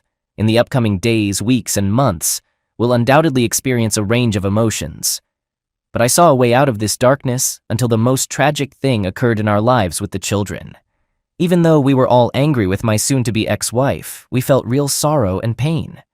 When we learned of her passing away in a car accident due to brake failure, our world crumbled. It initially appeared to be an accident, but later surveillance cameras revealed that her lover's wife intentionally tampered with the brake lines. While my wife was with her lover and his friend at their house, the other wife broke into the garage and committed this act. She couldn't forgive them for their transgressions. Her involvement in my wife's end of life was confirmed, and she was sentenced to 8 years in prison. As we and the children cope with this devastating loss, it's a challenging journey. Unfortunately, life throws us curveballs, but the key is to get through it and learn from the experience. Ella suddenly exclaimed loudly, pulling my attention to some commotion on the dance floor. I couldn't understand her excitement. Her constant chatter was beginning to grate on my nerves. Around us, people were discussing their New Year's resolutions, and I began considering the idea of distancing myself from Ella as a potential goal for the upcoming year. It had become a tradition for me to spend New Year's Eve mourning my past mistakes, particularly the ones I had caused myself. Obsession had ravaged my life, much like a gambler who recklessly loses everything. So there we were, Ella and I, caught in our own melancholy while others celebrated the passing year. This party had been her idea. While everyone else laughed, danced, and enjoyed themselves, we sat on the sidelines and no one seemed interested in joining us. Instead, people whispered and pointed, assuming we wouldn't notice their judgmental glances. This was our small Michigan town's big New Year's Eve party, and there had been a time when I would have loved it. I would have been out there, wearing a silly hat and clinging to Gary, my husband, as if he were my lifeline. Those nights used to end with us in each other's arms, and both of our kids, Marianne and Benny, were conceived after New Year's Eve parties. Marianne was conceived right in our living room, unable to make it upstairs before Gary tore off my dress. Benny came 2 years later, outside the party hall, when Gary pushed me against a wall in the cold, taking me with such intensity that I still long for those days. The memory made me sigh, catching Ella's attention. She started to say something about someone I hated, but my anger quickly silenced her. I shifted my gaze across the room and spotted someone, but it wasn't her I focused on. My mind drifted back to the first time I saw Gary at his company's Christmas party. He was 25, a shy new engineer, awkwardly navigating the event. I was working as a server, not supposed to interact with guests, but I couldn't resist him. Despite the rule against fraternizing with customers, I couldn't resist Gary. By the end of the night, I slipped him a beer with a smile and a napkin where I had secretly written my name and number. Clueless as ever, he didn't notice until later, loudly announcing his excitement, which drew the attention of everyone in the room. I played it cool, continuing my work, but even my supervisor smiled, amused by his pure enthusiasm. Within a week, we were dating. A month later, we were officially together, and within a year, we were married. Every moment with him felt perfect. I often told people Gary was made for me. He was a devoted husband and a loving father, and I was sure we'd never be apart. Our life together was happy. We bought our dream house in a wonderful neighborhood, surrounded by great neighbors. It was a perfect place for our kids to grow up, and as time went on, my love for Gary only deepened. Gary. Life's surprises often seem to hit out of nowhere, whether it's trouble, betrayal, pain, or even love. I believe I'm in love. The signs are all there. The dizzy feeling when I look into her eyes, the certainty that she's the most amazing person in the world, and the need to protect her from anyone who might come between us. Above all, I'm convinced she feels the same and would never hurt me. As I prepare to take a big step, I hesitate. A few friends understand the significance of this moment, but no one knows my exact plan. I question if this move will really improve things. People say it strengthens relationships and removes doubts, but I'm not uncertain about my feelings.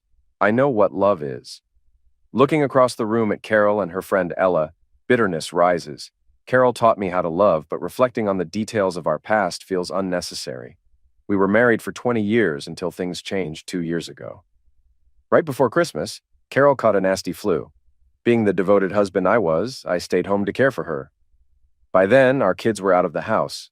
Marianne was married and living in an apartment while Benny was away at college. Carol, working part-time at the hospital, likely caught the virus there. During her illness, she lost her appetite and mostly wanted me to sit by her side, holding her hand. One day, while running to the market for fresh fruits and vegetables, I bumped into Misty Clark. I hadn't seen her or her husband Steve in months.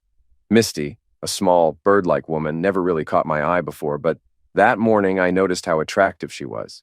She looked incredibly fit for a woman nearing 40, with toned legs, a flat stomach. Her yoga pants highlighted her shapely calves.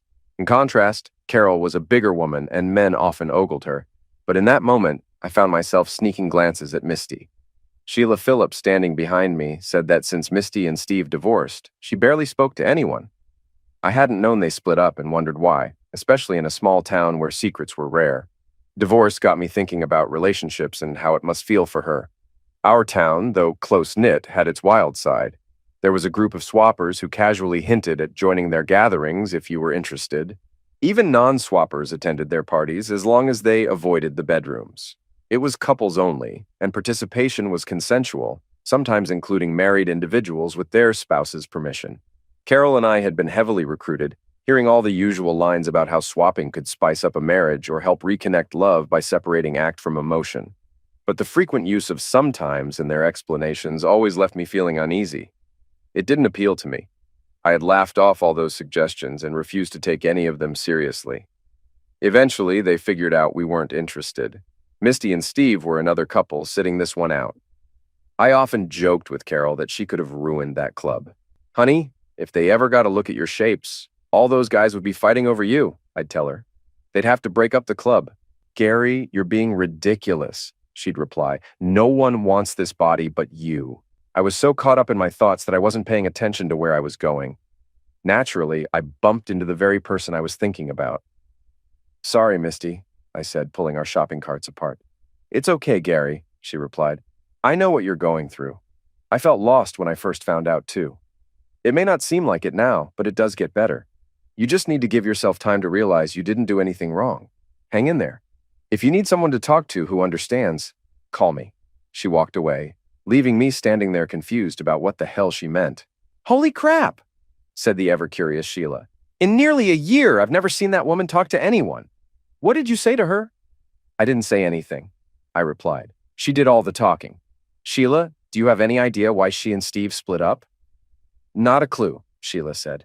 They kept everything under wraps. They even saw an out-of-town divorce lawyer. She got the house, but I guess that's usually how these things go. If you hear anything, let me know, okay?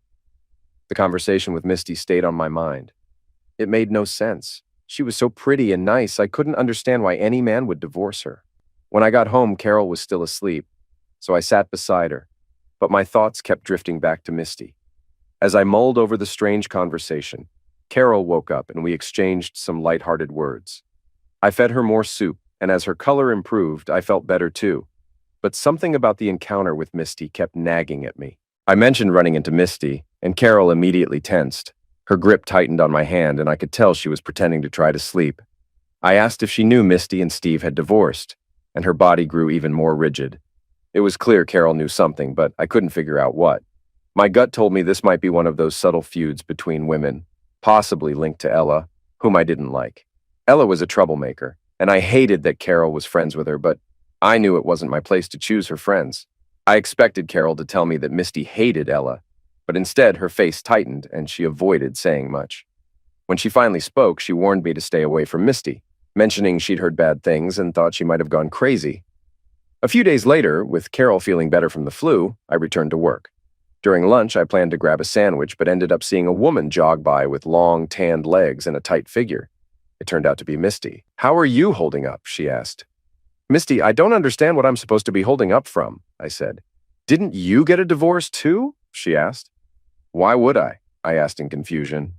"Never mind," she said. "I've already said too much. Sorry, Gary. You're a really nice man. You deserve better." And then she just ran away, leaving me there confused. For the rest of the day, I couldn't focus, and when I got home, I found myself watching Carol more closely. Trying to clear my head, I went to the garage to work on my 1967 Mustang Fastback Resto Mod project. I was modernizing the car's design while keeping its classic feel, upgrading the engine, drivetrain, and completely overhauling the interior. At that moment, I was still taking the car apart. Normally, I might have invited a couple of friends over to hang out, but I really needed to think. About half an hour into my work, I heard the phone ring. It rang several times before Carol picked it up. I never even thought about answering. If anyone called the landline, it was usually for her. People who wanted to reach me called my cell. It was probably Ella. She called Carol at least 3 times a day. I picked up the extension and confirmed it was Ella. The two of them were in a heated discussion. "The hell did he run into her?" Ella asked. "I have no idea," Carol replied. "But according to the divorce agreement, she's not supposed to talk to anyone about it." "What are you going to do?" Ella pressed. "I'm calling Steve and telling him to rein in his ex," Carol snapped. "That stupid witch already got us kicked out of the club and ruined her own marriage. Now she wants to mess mine up too." "So, have you thought about my idea?" Ella asked. "Come on, this is a once-in-a-lifetime opportunity. I honestly can't manage it," Carol said. "And to be honest, I'm not sure I'd want to." "You know you're considering it," Ella laughed. "Talk to you later." As they both hung up, I was filled with more rage than I had ever experienced in my life. I threw a wrench across the garage. Luckily, the garage was made of cinder blocks. The wrench bounced back and knocked several car wash products off a nearby shelf. "Gary, honey, are you all right?" Carol called from somewhere in the house. "Better than ever," I replied, and I meant it. "Honey, I'm having trouble getting some of these parts loose," I yelled. "I'm heading out to buy an Easy Out." I knew she had no idea what an Easy Out was really for, or that I already had several. "Isn't it kind of late?" she asked. "Maybe you should wait until tomorrow." "AutoZone is open until 9, I said. I grabbed my keys and headed to the driveway. I got into my daily driver, a 2009 Mustang GT. That car was paid off, and I loved it. I had started the 67 as a hobby project. I decided to visit my neighbors, Chris and Emily Green, who lived behind us and often used our pool. When Emily answered the door, she seemed a little too casual, letting her robe open slightly more. I asked her to bring Chris down, sensing this was a conversation for both of them.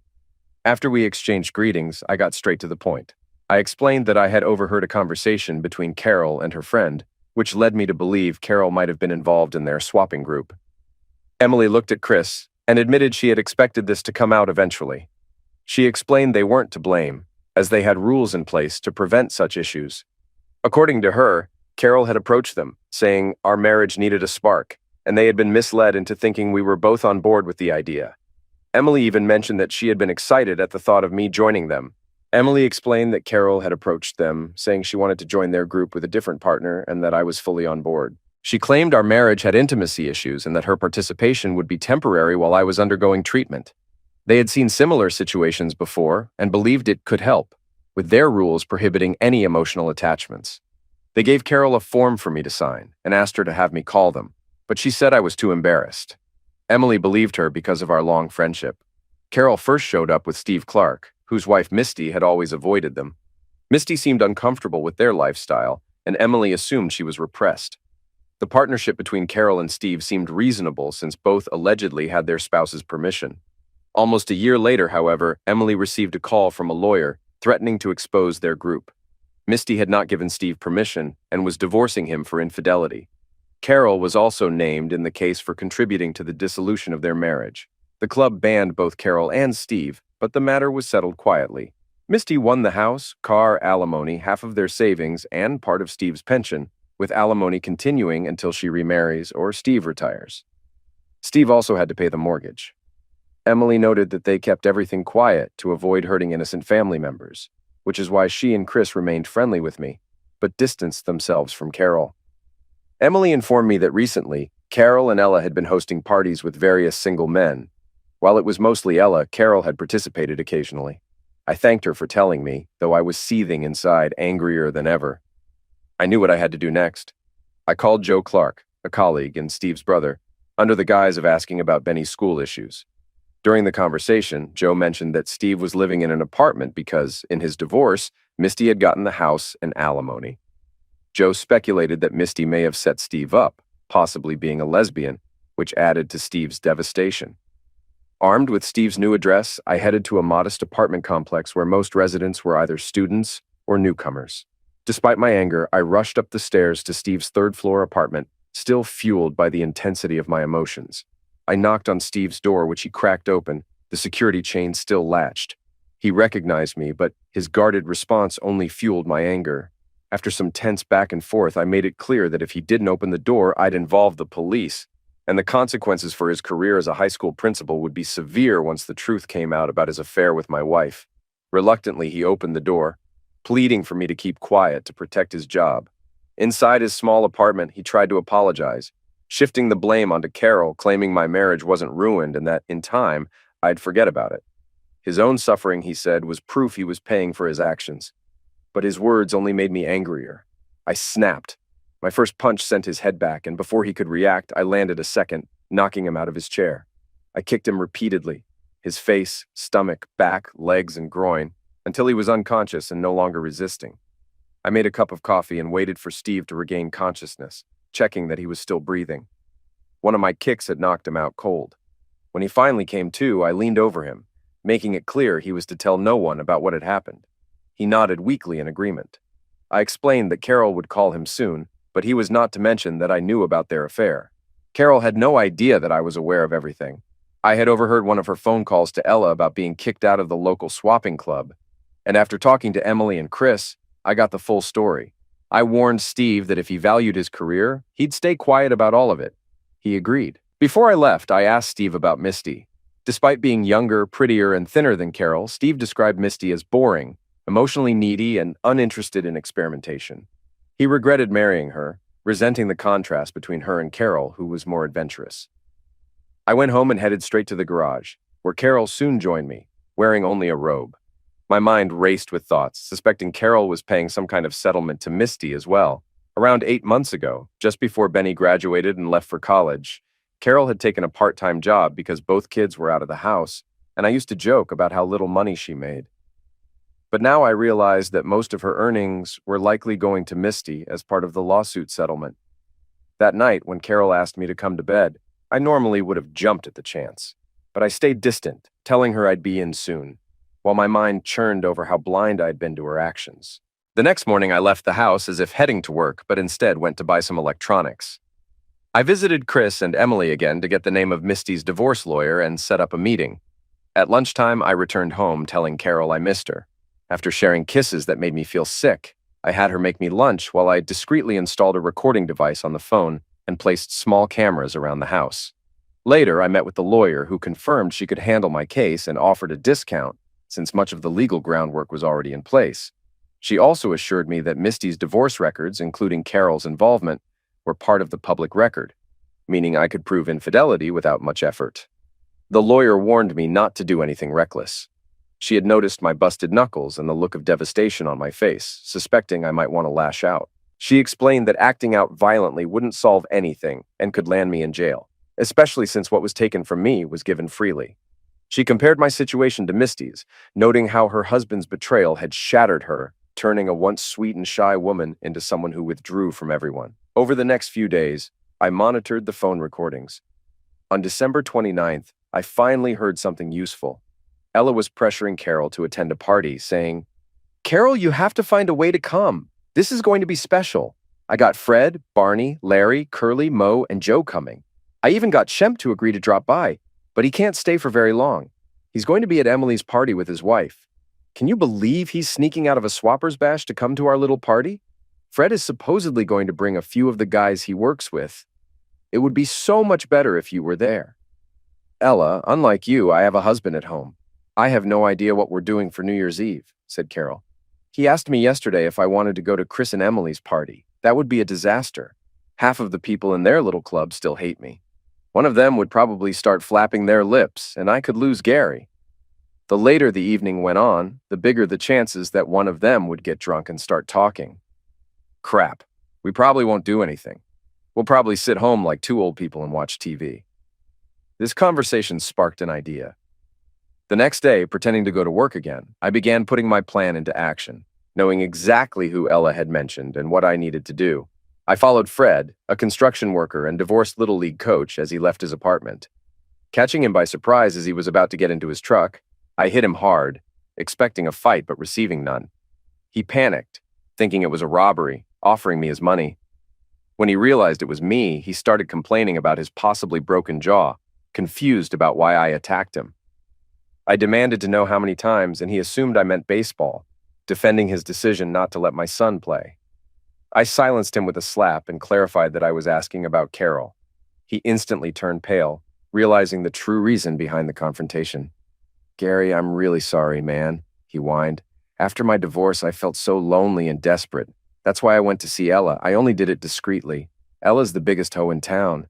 Nobody wants anyone to know they sleep with her, but half the guys around here have. Carol has been with her once or twice, but she's not like Ella. She just wanted some variety. She doesn't let a guy kiss her, won't give BJ, and doesn't let anyone have a hole either. I didn't want to hurt you, Gary, but it was just an act. Come on, name one guy who wouldn't hook up with another dude's wife if he thought no one would find out." "Me," I replied. "Fred, you have two options.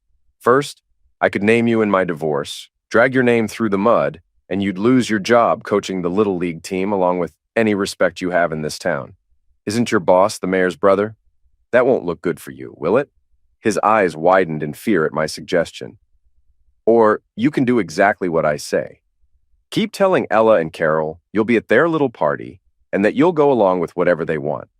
You give me all the details about when and where it will be, and then on the day of the event, you steer clear of any trouble I'm about to create there. After that, I'll forget everything I know about you, and we'll start fresh. But if you warn Ella, Carol, or anyone else attending this little Zex Fest, all bets are off." "I'll take option 2, he said. "I'll call you as soon as I hear from them with more details. Gary, can I go to work? I'm already going to be late." I walked away from Fred, leaving him in shock. Later that afternoon, I confronted Barney as he was leaving work. My first punch didn't take him down, and he managed to hit me back, which only fueled my anger. Grabbing his arm, I slammed him to the ground and kicked him hard in the ribs, hearing a snap. Struggling to breathe, Barney tried to reason with me, acknowledging that this had to be about Carol. Barney admitted there was no justification for what he did, claiming it was just an act and that Carol meant nothing to him. He explained that after his heart attack, he had acted on impulse, feeling vulnerable. For him, it was a thoughtless fling, no different from being with Ella. He assured me he'd leave town and swore he'd never touch another married woman, but his words felt hollow. "But why leave town?" I asked. "You were born here. Because every time I see you or Carol from now on, it'll feel awkward or uncomfortable. Me living here would put a serious strain on your marriage," he explained. I was taken aback. Barney was the only person so far who had shown any concern for the marriage he had helped ruin. "Barney, I need you to do something," I said. "But it doesn't involve leaving town. You don't need to worry about Carol and me. We're done." "What do you mean you're done?" he asked, confused. "I'm planning to divorce her," I stated. He looked stunned. "But why?" he pressed. He seemed almost as upset as I was. "Gary, she loves you. It was just an act, for crying out loud. She doesn't even let anyone kiss her. You have kids together. You can't be serious. Is this about your ego? You don't want her anymore just because some other guy slept with her? This will destroy her. I don't want to feel even partially responsible for breaking up a family." "Barney, it's not about ego. It's about trust and love," I replied. "I'll never be able to trust her again. I do love her. This has shattered my heart, and I don't know how I'll move on. But I just can't see myself with her anymore. Maybe there's a bit of ego involved. Part of being human is having a little self-confidence and belief in ourselves, and that pride won't let me live with someone who could hurt me like this." He just nodded and sat there with his head in his hands. "Crap, Barney. If you want her that badly, you can have her. I'm out of the picture." He suddenly looked up at me as if I was crazy. "Why the hell would I want a woman who cheats?" he asked. We both suddenly burst out laughing. After giving Barney instructions on what I expected, we parted ways. My final visit would be the hardest, and it took me to a house just a few blocks from mine. I had passed it often, but it had changed. The warmth and love of a home were gone, leaving just a house, a hollow box holding memories. I knocked, still uncertain if I should stay, and after a pause, the door opened. We stood in awkward silence before she let me in. What followed was a raw conversation, the kind only two people betrayed by those they loved can truly understand. We talked about the emptiness that never fades, the loss of trust, and the need to do something, anything, to reclaim our sense of self. As I expressed the pain of feeling irreparably broken, something shifted in her. A smile slowly emerged, lighting up her face and reminding me just how beautiful she was beneath the weight of her sorrow. "Misty," I said, "you got your revenge on Steve. You kicked him out of his house, and he's still suffering the consequences. You took most of his money, and now he's stuck in a sad little apartment downtown. But how would you like to get back at Carol?" "I would love that," she replied. "But the terms of my divorce and my civil suit against her prevent me from discussing her role in destroying my marriage. No offense, but I really hate that witch." I explained my plan and her potential involvement, and she laughed again. "That sounds awesome," she said. "But how do you know she's actually going to show up? She's really cautious when it comes to your marriage." On the way home, I brainstormed how to get Carol to attend Ella's party. She had been adamant that we would likely spend New Year's Eve together, but I realized I could fake being sick to give her an excuse to go without me and avoid intimacy with her. As soon as I got home, I went straight to bed, pretending to be asleep when Carol found me. Using a hand warmer to feign a fever, I convinced her I had caught the flu. The next day, I made a show of calling in sick, all while secretly recording her phone calls through an app on my phone. I captured a call between Carol and Barney, where he described his plans in bed for her, which would be useful in the divorce. Carol set limits on what she would allow, but agreed to let him sleep with her. By lunchtime, I knew it was game on. Carol handed me flu pills, the same ones that had knocked her out for hours, likely planning to give them to me the following night. I pretended to take the pills while Carol watched, monitoring how long it took for me to fall asleep. Once I appeared to be out, she called Ella, confirming she'd attend the party, though she insisted it would be her last time. Ella, however, doubted Carol would ever quit. Carol. On New Year's Eve, as Gary lay sick in bed, I was consumed with guilt over what I was about to do. Just days before, he had cared for me while I was sick, even taking time off work to look after me. His kindness had almost exposed my secrets when he ran into Misty. If she had said anything, I could have lost him. I had already decided that this would be the last time I cheated on him. Watching him now, I questioned why I ever started. I convinced myself that variety had spiced up our marriage, but after each affair, I became desperate for intimacy with Gary, likely driven by guilt. It felt like the more I gave him, the less guilty I should feel. In my mind, the more I slept with Gary, the less my cheating mattered. But no matter how many times I made love to him, I could never erase my infidelity. Even if the ratio was overwhelmingly in Gary's favor, I could never be 100% faithful again. The saying, "once a cheater, always a cheater," weighed on me. Looking at Gary, I felt the urge to cry. He had never cheated on me. And from the moment we met, he treated me like a princess, loving me unconditionally, even as I gained weight over the years. His devotion never wavered, and I knew I didn't deserve it. About 2 years ago, Gary and I were having breakfast after watching part of the Victoria's Secret fashion show the previous night. Halfway through, Gary became unusually aggressive, rubbing himself against my leg.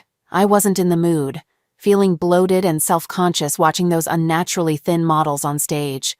Their exaggerated figures and ridiculous wings made me feel like an elephant in comparison. Despite my discomfort, Gary was relentless, clearly turned on by what he saw. He forced my legs apart, and once he did, my resistance melted away. In the end, I enjoyed it, even though the whole situation had started out awkwardly. But that next morning, I needed to know. So Gary, was last night really that good for you? I asked. Which one of those hoes were you imagining I was? I was on the verge of tears. He looked at me and started laughing. You're joking, right? He asked. What's so funny? I whined. I know I'm getting older and heavier. You can't bounce a quarter off my A anymore, and my top is starting to sag. My legs are thicker and…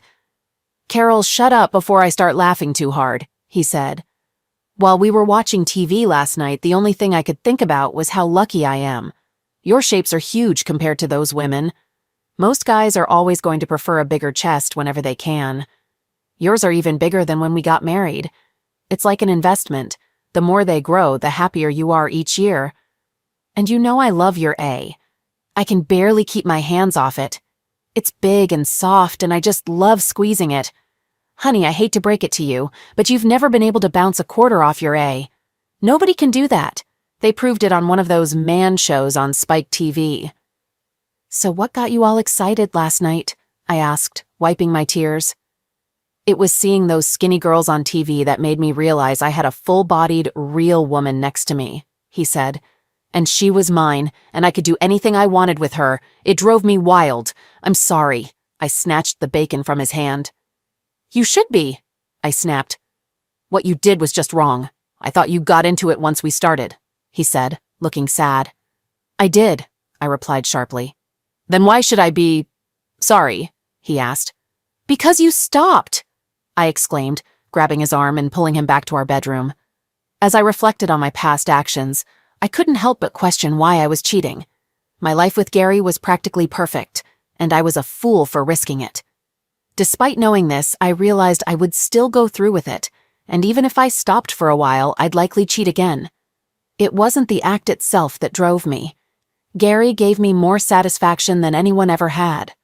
I loved him deeply, more than I could express. He had fathered our children, and I cherished him. The thrill of cheating came from doing something forbidden, something wrong. It wasn't about the physical act, it was about the danger, the excitement of crossing a line I shouldn't. It felt like a gambler risking everything on one spin of the wheel.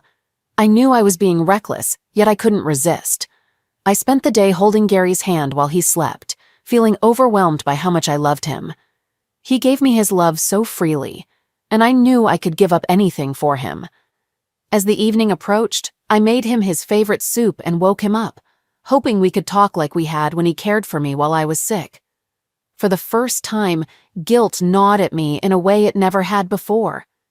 I had cheated for years, but this felt different. I realized that in the past, my infidelities were spontaneous, impulsive decisions. Whether with Steve or others, it was never planned. It just happened, which somehow made it easier to justify. But this time, with everything premeditated, the weight of what I was about to do felt heavier than ever. I knew I was heading off to sleep with multiple men while my husband lay sick in our bed. Worries crept in. What if there was a fire? What if he had a bad reaction to the pills? But despite the guilt and the risks, I couldn't stop myself. I was already too far gone. Gary was struggling to eat his soup, looking weak and barely able to stay awake.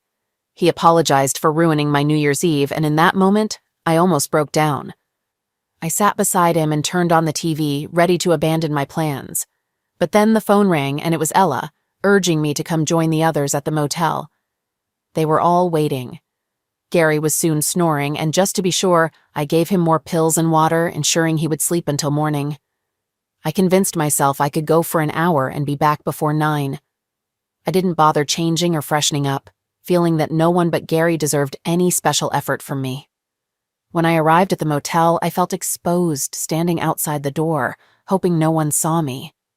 Parking my car out front in such a bad neighborhood was risky, but there was no other option. The thought crossed my mind. Who would believe a hoe could be raped? If I were ever questioned, the number of DNA samples they'd find on me would be enough to dismiss any claim. When I arrived, only Ella was there, dressed in a silk robe and lingerie. The room didn't feel like a party, just an ice chest, beer, and a bowl of Doritos on the table. Ella explained that it wasn't about food. This was a sex party, and she urged me to change into something revealing. I refused, stating that if the men wanted me, they'd have to take me as I was. Ella remained cheerful, confident that by midnight we'd be too sore to walk. I reminded her that I planned to be home with Gary by 9. She just smiled. "You'll loosen up big time once you get a Johnson or two in you." Half an hour later, we were still sitting there, waiting for Fred, Barney, and Steve, who were supposed to arrive early. Finally, at 8 o'clock, Mo and Shemp showed up. Ella noticed me checking the time and warned me not to leave her alone with a group of men. She quickly grabbed Mo and began performing on him. Shemp sat on the couch, patting the cushion next to him. I walked over, lifted my skirt, exposing my hair, feeling a mixture of excitement. "Hey," he said. "Check out what Ella's doing to Mo. I think I'd like to give that a shot." He waggled his limp tool at me. "Listen, Shemp," I replied calmly. "I'm here to have sex. If you want to go over there and do Mo's Johnson, I'll wait for you. But I'm leaving in less than an hour. Depending on how long you take, you might be the only guy to get this tonight." He got on top of me. The excitement of being with someone new always had a significant effect. I was already wet before he was fully aroused. "That's it," I moaned. "Give it to me, Gary. Do it hard." Shemp suddenly stopped. Just then, Larry and Curly entered, quickly stripping off their clothes. Larry joined me on the bed and entered me without hesitation. Shemp was silent, but the moment made us both question our reasons for being there. I then realized that accidentally calling him Gary might have made him think of his own wife. Ella was clearly the patron saint of hoes. Wasn't motivated by money or the excitement of infidelity. Her marriage had ended long ago, leaving no one for her to betray. Ella was relentlessly promiscuous, seeking physical pleasure without reservation. She was indiscriminate, engaging with men of all races, ages, and backgrounds, including the disabled and the homeless. As the party picked up, she thrived in the spotlight.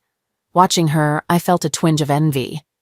I shifted for a better view as Larry was with me. Ella was swaying her hips with intense enthusiasm. She radiated an almost divine allure. Damn, I found myself wanting her. The door swung open and chaos erupted. 2 women charged into the room, screaming at the top of their lungs. One was really overweight, and the other looked like she was heavily made up, like someone from a trailer park. At first, I thought they might be other women Ella had invited, or even some angry workers who didn't like us being there. But it quickly became clear who they were. Then 2 more women came in, and the yelling just got louder. The first 2 yanked Ella off the couch and started kicking and hitting her. Ella tried to fight back, but with 2, then 3 of them, she ended up on the floor trying to shield herself from the blows. I lost track of Ella when the last woman grabbed Larry away from me and yanked me by my hair. She was my size but furious. She pulled my hair and slammed my head into the wall. I was dazed and seeing stars. Then she landed a huge punch to my face and my legs went weak. All I wanted to do was fall to the floor and sleep, but she kept me on my feet and kept hitting me. I'm not sure if I blacked out for a moment, but suddenly there were 4 or 5 cops in the room. They separated us and took everyone to the police station. With how everything unfolded, it felt like someone had set us up. After getting treated for my injuries, I was taken to the local hospital for x-rays and follow-up care. I ended up with a sprained neck, a small fracture around my eye, a broken nose, a split lip, and 2 black eyes. They were also keeping an eye on me for signs of a concussion. After being taken to the police station, I made a statement about the events of that evening and was placed in a cell, unsurprisingly sharing it with Ella. Her face was bruised, but she seemed unfazed, talking casually about the situation. Ella asked if I had told the truth, and I mentioned we were just having a small New Year's party when some women barged in and started attacking us. She gave advice on how to avoid serious charges, insisting that as long as no money exchanged hands, we couldn't be charged with sex work, and the fight wasn't our fault. So assault charges were unlikely. She even offered a plan to explain my bruises to Gary, suggesting I tell him we had a fight after I refused to go to a party with her. She figured he would believe we hated each other and wouldn't suspect anything. However, things didn't go as Ella predicted. The district attorney was clever, charging us with using a private structure for lewd and lascivious behavior in an area not zoned for such activities, a law typically used to target street sex work. The charge carried a hefty fine or the possibility of 3 years in jail. We faced the judge on Monday morning, and our bail was set at $10,000 each. Ella tried calling Steve to help with the money, but he didn't answer, leaving her in tears. I began to suspect Steve had set us up. There had been a camera in the room, which I hadn't noticed until the women barged in. Those women, married to Mo and his friends, were likely trying to catch them cheating. Steve was the only one who had been in the room before I arrived, likely planting the camera when he dropped off the food. He never came back, and Fred and Barney didn't show either, probably tipped off by Steve. I figured Steve had done it for money, as most of his finances went to his ex-wife after their divorce. He might have been paid by those women to set us up. Later, a court-appointed lawyer, Herman Weaver, came in to offer us a deal. If we didn't press assault charges against the wives, they wouldn't sue us or mention us in their divorce cases. However, the charges against us were coming from the district attorney, who, during an election year, wanted to appear tough on crime. Ella, always looking for a way out, seemed ready to try her own form of negotiation. The lawyer, visibly disgusted by Ella's suggestion, described the women who attacked us as upstanding members of the community, acting out of emotion to save their marriages. He implied that, regardless of our decisions, they likely wouldn't face jail time and would probably receive community service. I felt guilty when he reminded me that, while I claimed to be a married woman needing to care for my sick husband, I had been in a hotel room with multiple men. His words hit hard, and I knew I needed to get home before Gary woke up. This whole ordeal was the wake-up call I needed. I was done with cheating. When the lawyer returned, he brought 2 of the women, including the one who had attacked me. She looked defeated, her face streaked with tears and makeup, avoiding eye contact. Her hands were bruised, her nails chipped. Clearly, she wasn't someone used to fighting. Though I expected an apology, she instead confronted me, accusing me of destroying her family. Her words stung, and in that moment, I realized the full weight of the damage I had caused. She broke down again, clearly devastated. She spoke about how much she loved her husband, how she had taken care of him for over a decade, raising their children, doing everything for him, only to find out he had been sneaking around with me. Her anger flared as she lashed out, calling me a hoe, and even tried to attack me again, forcing the lawyer to intervene. I felt genuine regret for what I had done to her. Apologizing, I realized how much I had hurt her, but her response showed she was exhausted, emotionally drained. She admitted she had given everything to her husband, but felt it wasn't enough. She told me I could have him if I dropped the charges, as she was done with him. I assured her I didn't want Larry, and explained that I had my own husband and children. This was just an attempt to spice up my marriage, nothing more. I promised to drop the charges if she answered a couple of questions. After making me sign a paper, which I reluctantly did, I asked how much they had paid Steve to set us up. She looked genuinely confused and said she didn't know anyone named Steve. According to her, she and the other women had all received a phone call from someone telling them where to catch their husbands cheating. She had simply followed the directions, not knowing any more than that. I was stunned. It had to be one of the other wives who set us up. The lawyer informed me that I was free to go because someone had paid my bail. As I left, Ella begged me to help her, but I ignored her pleas, knowing I had my own problems to deal with.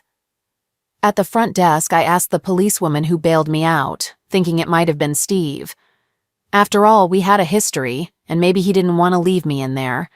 When I tried to use my credit card to bail Ella out, both cards were declined, and the policewoman reminded me they didn't take checks. Stepping outside, I saw a small woman in a beautiful dress waiting for me. She looked familiar, but I couldn't place her. After briefly stepping away, she returned, driving my car. As she approached, I took in her striking appearance, a slim but shapely figure in a shimmering blue dress, with long toned legs that glowed beneath her high heels. No matter what Gary always said, I would have loved to have a body like that. Then it hit me. "Misty," I exclaimed, "why did you come to get me?" "Just helping a friend," she replied. "But I thought you couldn't stand me," I said, confused. "I can't," she said coldly. "You're not the friend. I'm really enjoying this." She handed me a pile of papers. "I'm not a court officer," she explained. "So these aren't official documents, they're just copies. But the restraining order in there is legitimate and will be enforced. You need to stay 500 feet away from Gary's house, his workplace, and him. He doesn't want anything to do with you. Any contact must go through your lawyers. All your clothes and personal items are in the car or the trunk. There's plenty of gas to get you to your parents' place in Ohio. The official papers will be sent there by messenger in 2 days. I'm supposed to tell you he loved you more than anything. He's leaving it to you to explain the divorce to the kids. But if you lie to them, he'll tell them the truth, and he has proof. He's also setting up a line of credit for you that will be deducted from the final settlement amounts. I should tell you to drive safely, but honestly, I don't care if you do. He even bought you a meal in case you get hungry. But I ate your fries. Sue me. And just so you know, if you miss another payment on your settlement with me, I'll drag you back to court, and you could end up back in jail." I was in shock. It was so ridiculous. I should have seen it coming. I always knew what would happen if I got caught, but the pain I felt was off the charts, and everything she mentioned, my parents finding out, my kids finding out, I hadn't even thought about any of that. Then she said he had proof, and it hit me. The video camera. It wasn't Steve who set us up. It was Gary. "So, you got your revenge, huh, little witch?" I shot back at her. "I slept with your stupid husband, so you decided to sleep with mine. I never aimed to wreck your marriage, that was all you. You messed up your own relationship. Steve just needed some excitement. He told me you were terrible in bed. If it wasn't me, it would have been someone else. You were lucky it was me. I didn't want Steve. I didn't love him. You destroyed my marriage for nothing." I crumpled onto the steps of the police station. Her voice cut through me, icy and clear. "I've never slept with Gary, Carol. I've only loved once, and you ruined that. Gary and I aren't in any kind of relationship. The information about my divorce and your role in it didn't come from me. From what I know, Gary told you about running into me at the market. Like any good husband, he came home and told you. You got upset about our chance meeting and spilled it to your coho. Gary overheard you. Then he went and pounded the hell out of Steve, who probably spilled everything. He's been running around town beating up your lovers while orchestrating all of this. Gary knows my pain. He understands what it's like to lose someone you love because of their own selfishness. So knowing that, he offered me a chance at this little bit of revenge, and I took it." She turned and walked away, and then a car I recognized pulled up to take her. My heart shattered as I watched my husband's Mustang drive off with the woman who had just destroyed me, disappearing into the night. Gary, Misty asked why I wanted her to wear the stunning blue dress to deliver the divorce papers to Carol, and I explained that she looked beautiful in it and hoped it would help ease her pain, even if only a little. I reassured her that beauty isn't just about physical features, but the confidence she radiated. The dress was perfect for the party we were heading to.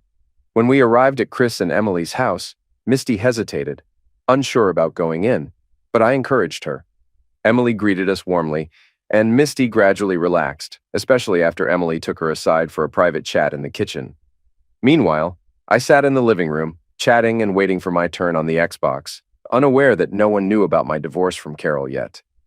As the night went on, couples discreetly disappeared upstairs, often not with the people they arrived with, but no one paid it much attention.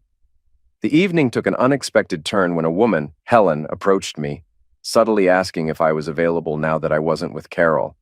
I revealed that Carol and I were divorcing. Before I could say more, Misty reappeared and possessively took my arm, making it clear I wasn't available. Her firm response to Helen was the most anyone had heard her say since her own divorce from Steve. Across the room, I noticed Emily giving Misty a thumbs up. From that point on, Misty and I were inseparable for the rest of the party. People kept asking questions, curious about us, and we repeatedly explained that we were just friends, helping each other heal from bad relationships. Men frequently asked Misty to dance, but she politely declined, and though I did the same, I danced with her. Our dances were reserved, with a lot of space between us. At midnight, as the countdown began for the New Year's ball drop, everyone kissed the person next to them, regardless of whether they had arrived together. Helen stood next to me until Misty stepped in and blocked her.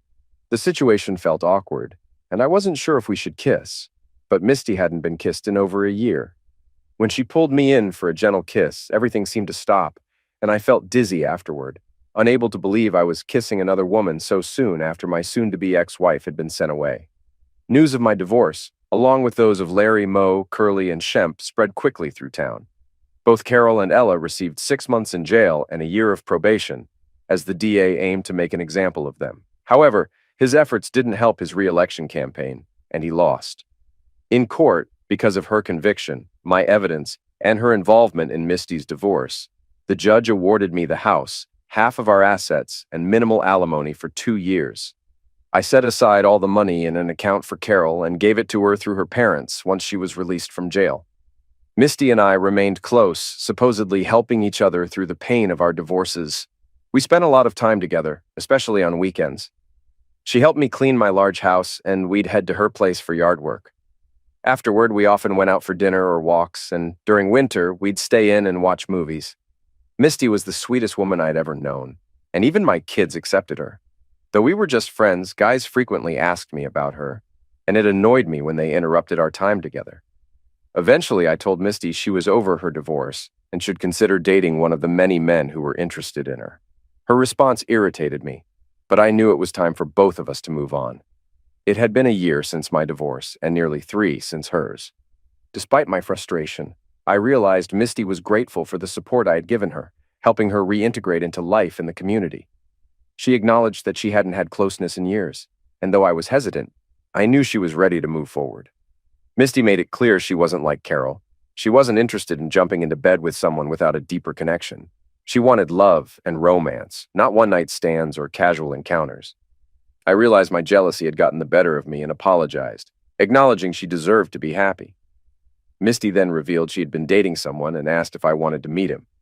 I hesitated, knowing the guy wouldn't want me around. She was insistent, though, showing me photos on her iPad, most of which were of her alone at places we had been together. She even pointed out a photo I had taken of her in tiny shorts, one that I had deleted out of guilt. Misty seemed unfazed, mentioning how much her new guy appreciated the same things I did. As we talked, it became clear that there were unresolved feelings between us. Misty suspected as much, and as I struggled with the idea of her being with someone else, I realized she was right. Our friendship had reached a breaking point. She mentioned that even Steve approved of her new relationship, but that didn't make it any easier for me to accept. I admitted that maybe I wasn't a good friend after all, unable to support her in this new chapter of her life.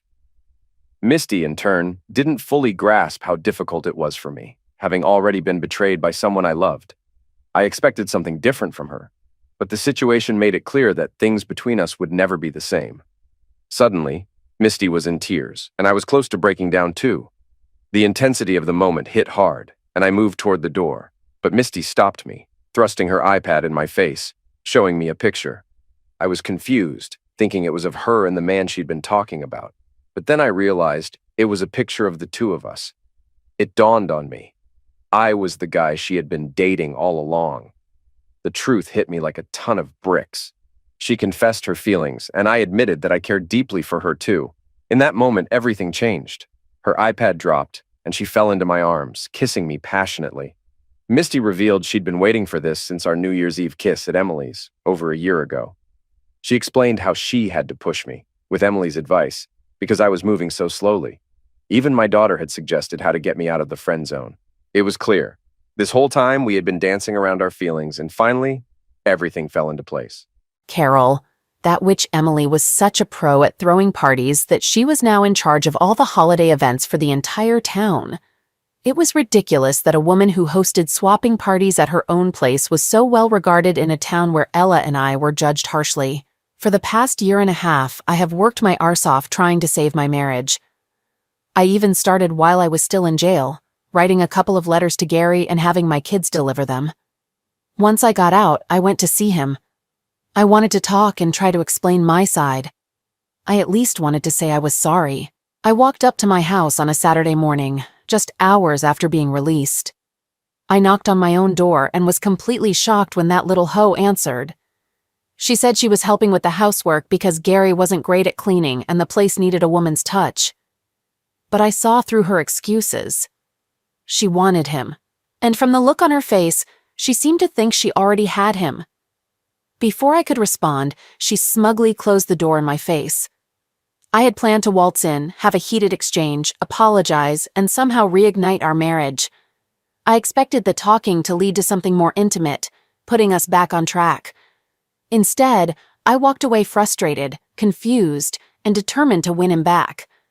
Over the past year and a half, I had tried countless schemes to get Gary back, none of which worked. My closest chance came when I was hospitalized with food poisoning. Gary visited me for 3 days straight and we talked. He even offered to let me stay at the house for a while after my release, but nothing had gone as I had hoped. Seeing Gary spend those days with me in the hospital made me think there was still hope for us, but it never panned out. Misty appeared, bringing me a card, flowers, and magazines. While Gary stepped out, she confronted me, making it clear that my attempts to rekindle our relationship wouldn't work. She knew everything, even my shellfish allergy, and told me Gary had moved on. He wasn't the type to cheat, and my attempts to win him back would only make him appreciate her more. Her words stung, but the real blow came when Gary returned. Misty kissed him, and it wasn't just a casual peck. He melted into it, their bodies fitting together naturally. Watching them, I realized it was over. Gary had truly moved on, and their love was different from ours. For them, love wasn't just about being together. It was an all-consuming devotion. They couldn't even imagine being with anyone else, physically or emotionally. Watching them, I finally understood that closeness and love were inseparable for them, something deeper than I had ever grasped. Steve and I had no chance of getting back with them. Neither Misty nor Gary would ever forgive a betrayal like ours. Even if something happened to her, I knew I still wouldn't have a shot with Gary. After leaving the hospital, I tried to move on with my life, but in such a small town, I constantly ran into them. Their sweetness toward each other was nauseating. Misty had moved into my old house with Gary and even gave Steve his house back. She didn't sell it or take the money. She just gave it to him and reduced his alimony, claiming he had paid enough. Meanwhile, Ella and I became outcasts. While it bothered me, Ella didn't care. She always found a way to land on her back, literally. That's where she thrived. In jail, it became clear just how comfortable Ella was in her skin. Within days, no one bothered us, and we lived well while others struggled. Prison, for me, became a place to reflect on my mistakes. Ella, however, used her attraction to manipulate the system. She slept with male guards, therapists, career counselors, female guards, and even some prisoners. It confirmed what I had suspected all along. Ella was willing to do anything for a quarter and would even lend you the quarter to get started. When we were released, things took a darker turn. She hung a poster of a donkey in our apartment, staring at it with the same distant gaze Gary once had for Mustangs. Ella had grown restless, thinking we needed to move since there weren't enough men left in town willing to sleep with her. Now I find myself at another dull party, watching the nightmare of my life unfold before me, knowing there's no escape from the mess I've created. Just before midnight, with the new year full of possibilities for everyone but me, Gary does the unthinkable. He gets down on one knee, and the room holds its breath. Time seems to stop as everyone watches him propose. For a brief moment, Misty's eyes meet mine across the floor, and I give her a small nod. Then, in her tiny voice, she accepts. They kiss, and the entire room exhales in unison as the clock strikes midnight and joy fills the space. I can't stay here any longer. I mutter to myself about leaving, but when I look around, I spot Ella's feet sticking out from under a nearby table, the man at that table fidgeting nervously. Steve suddenly appears and asks me to dance, but I tell him bluntly that I'd rather skip the pretense. He agrees. No strings, no romance, no emotions, no relationships. Ella pops up at the mention of intimacy, suggesting a three-way. She points out Gary and Misty, still lost in their kiss, unaware of the world around them. Misty is only 35, and I wonder how she'll handle motherhood. Steve agrees half-heartedly, his eyes glued to them, and I echo his sentiment, though my heart aches. All I can think about is how much I wish I were in her place.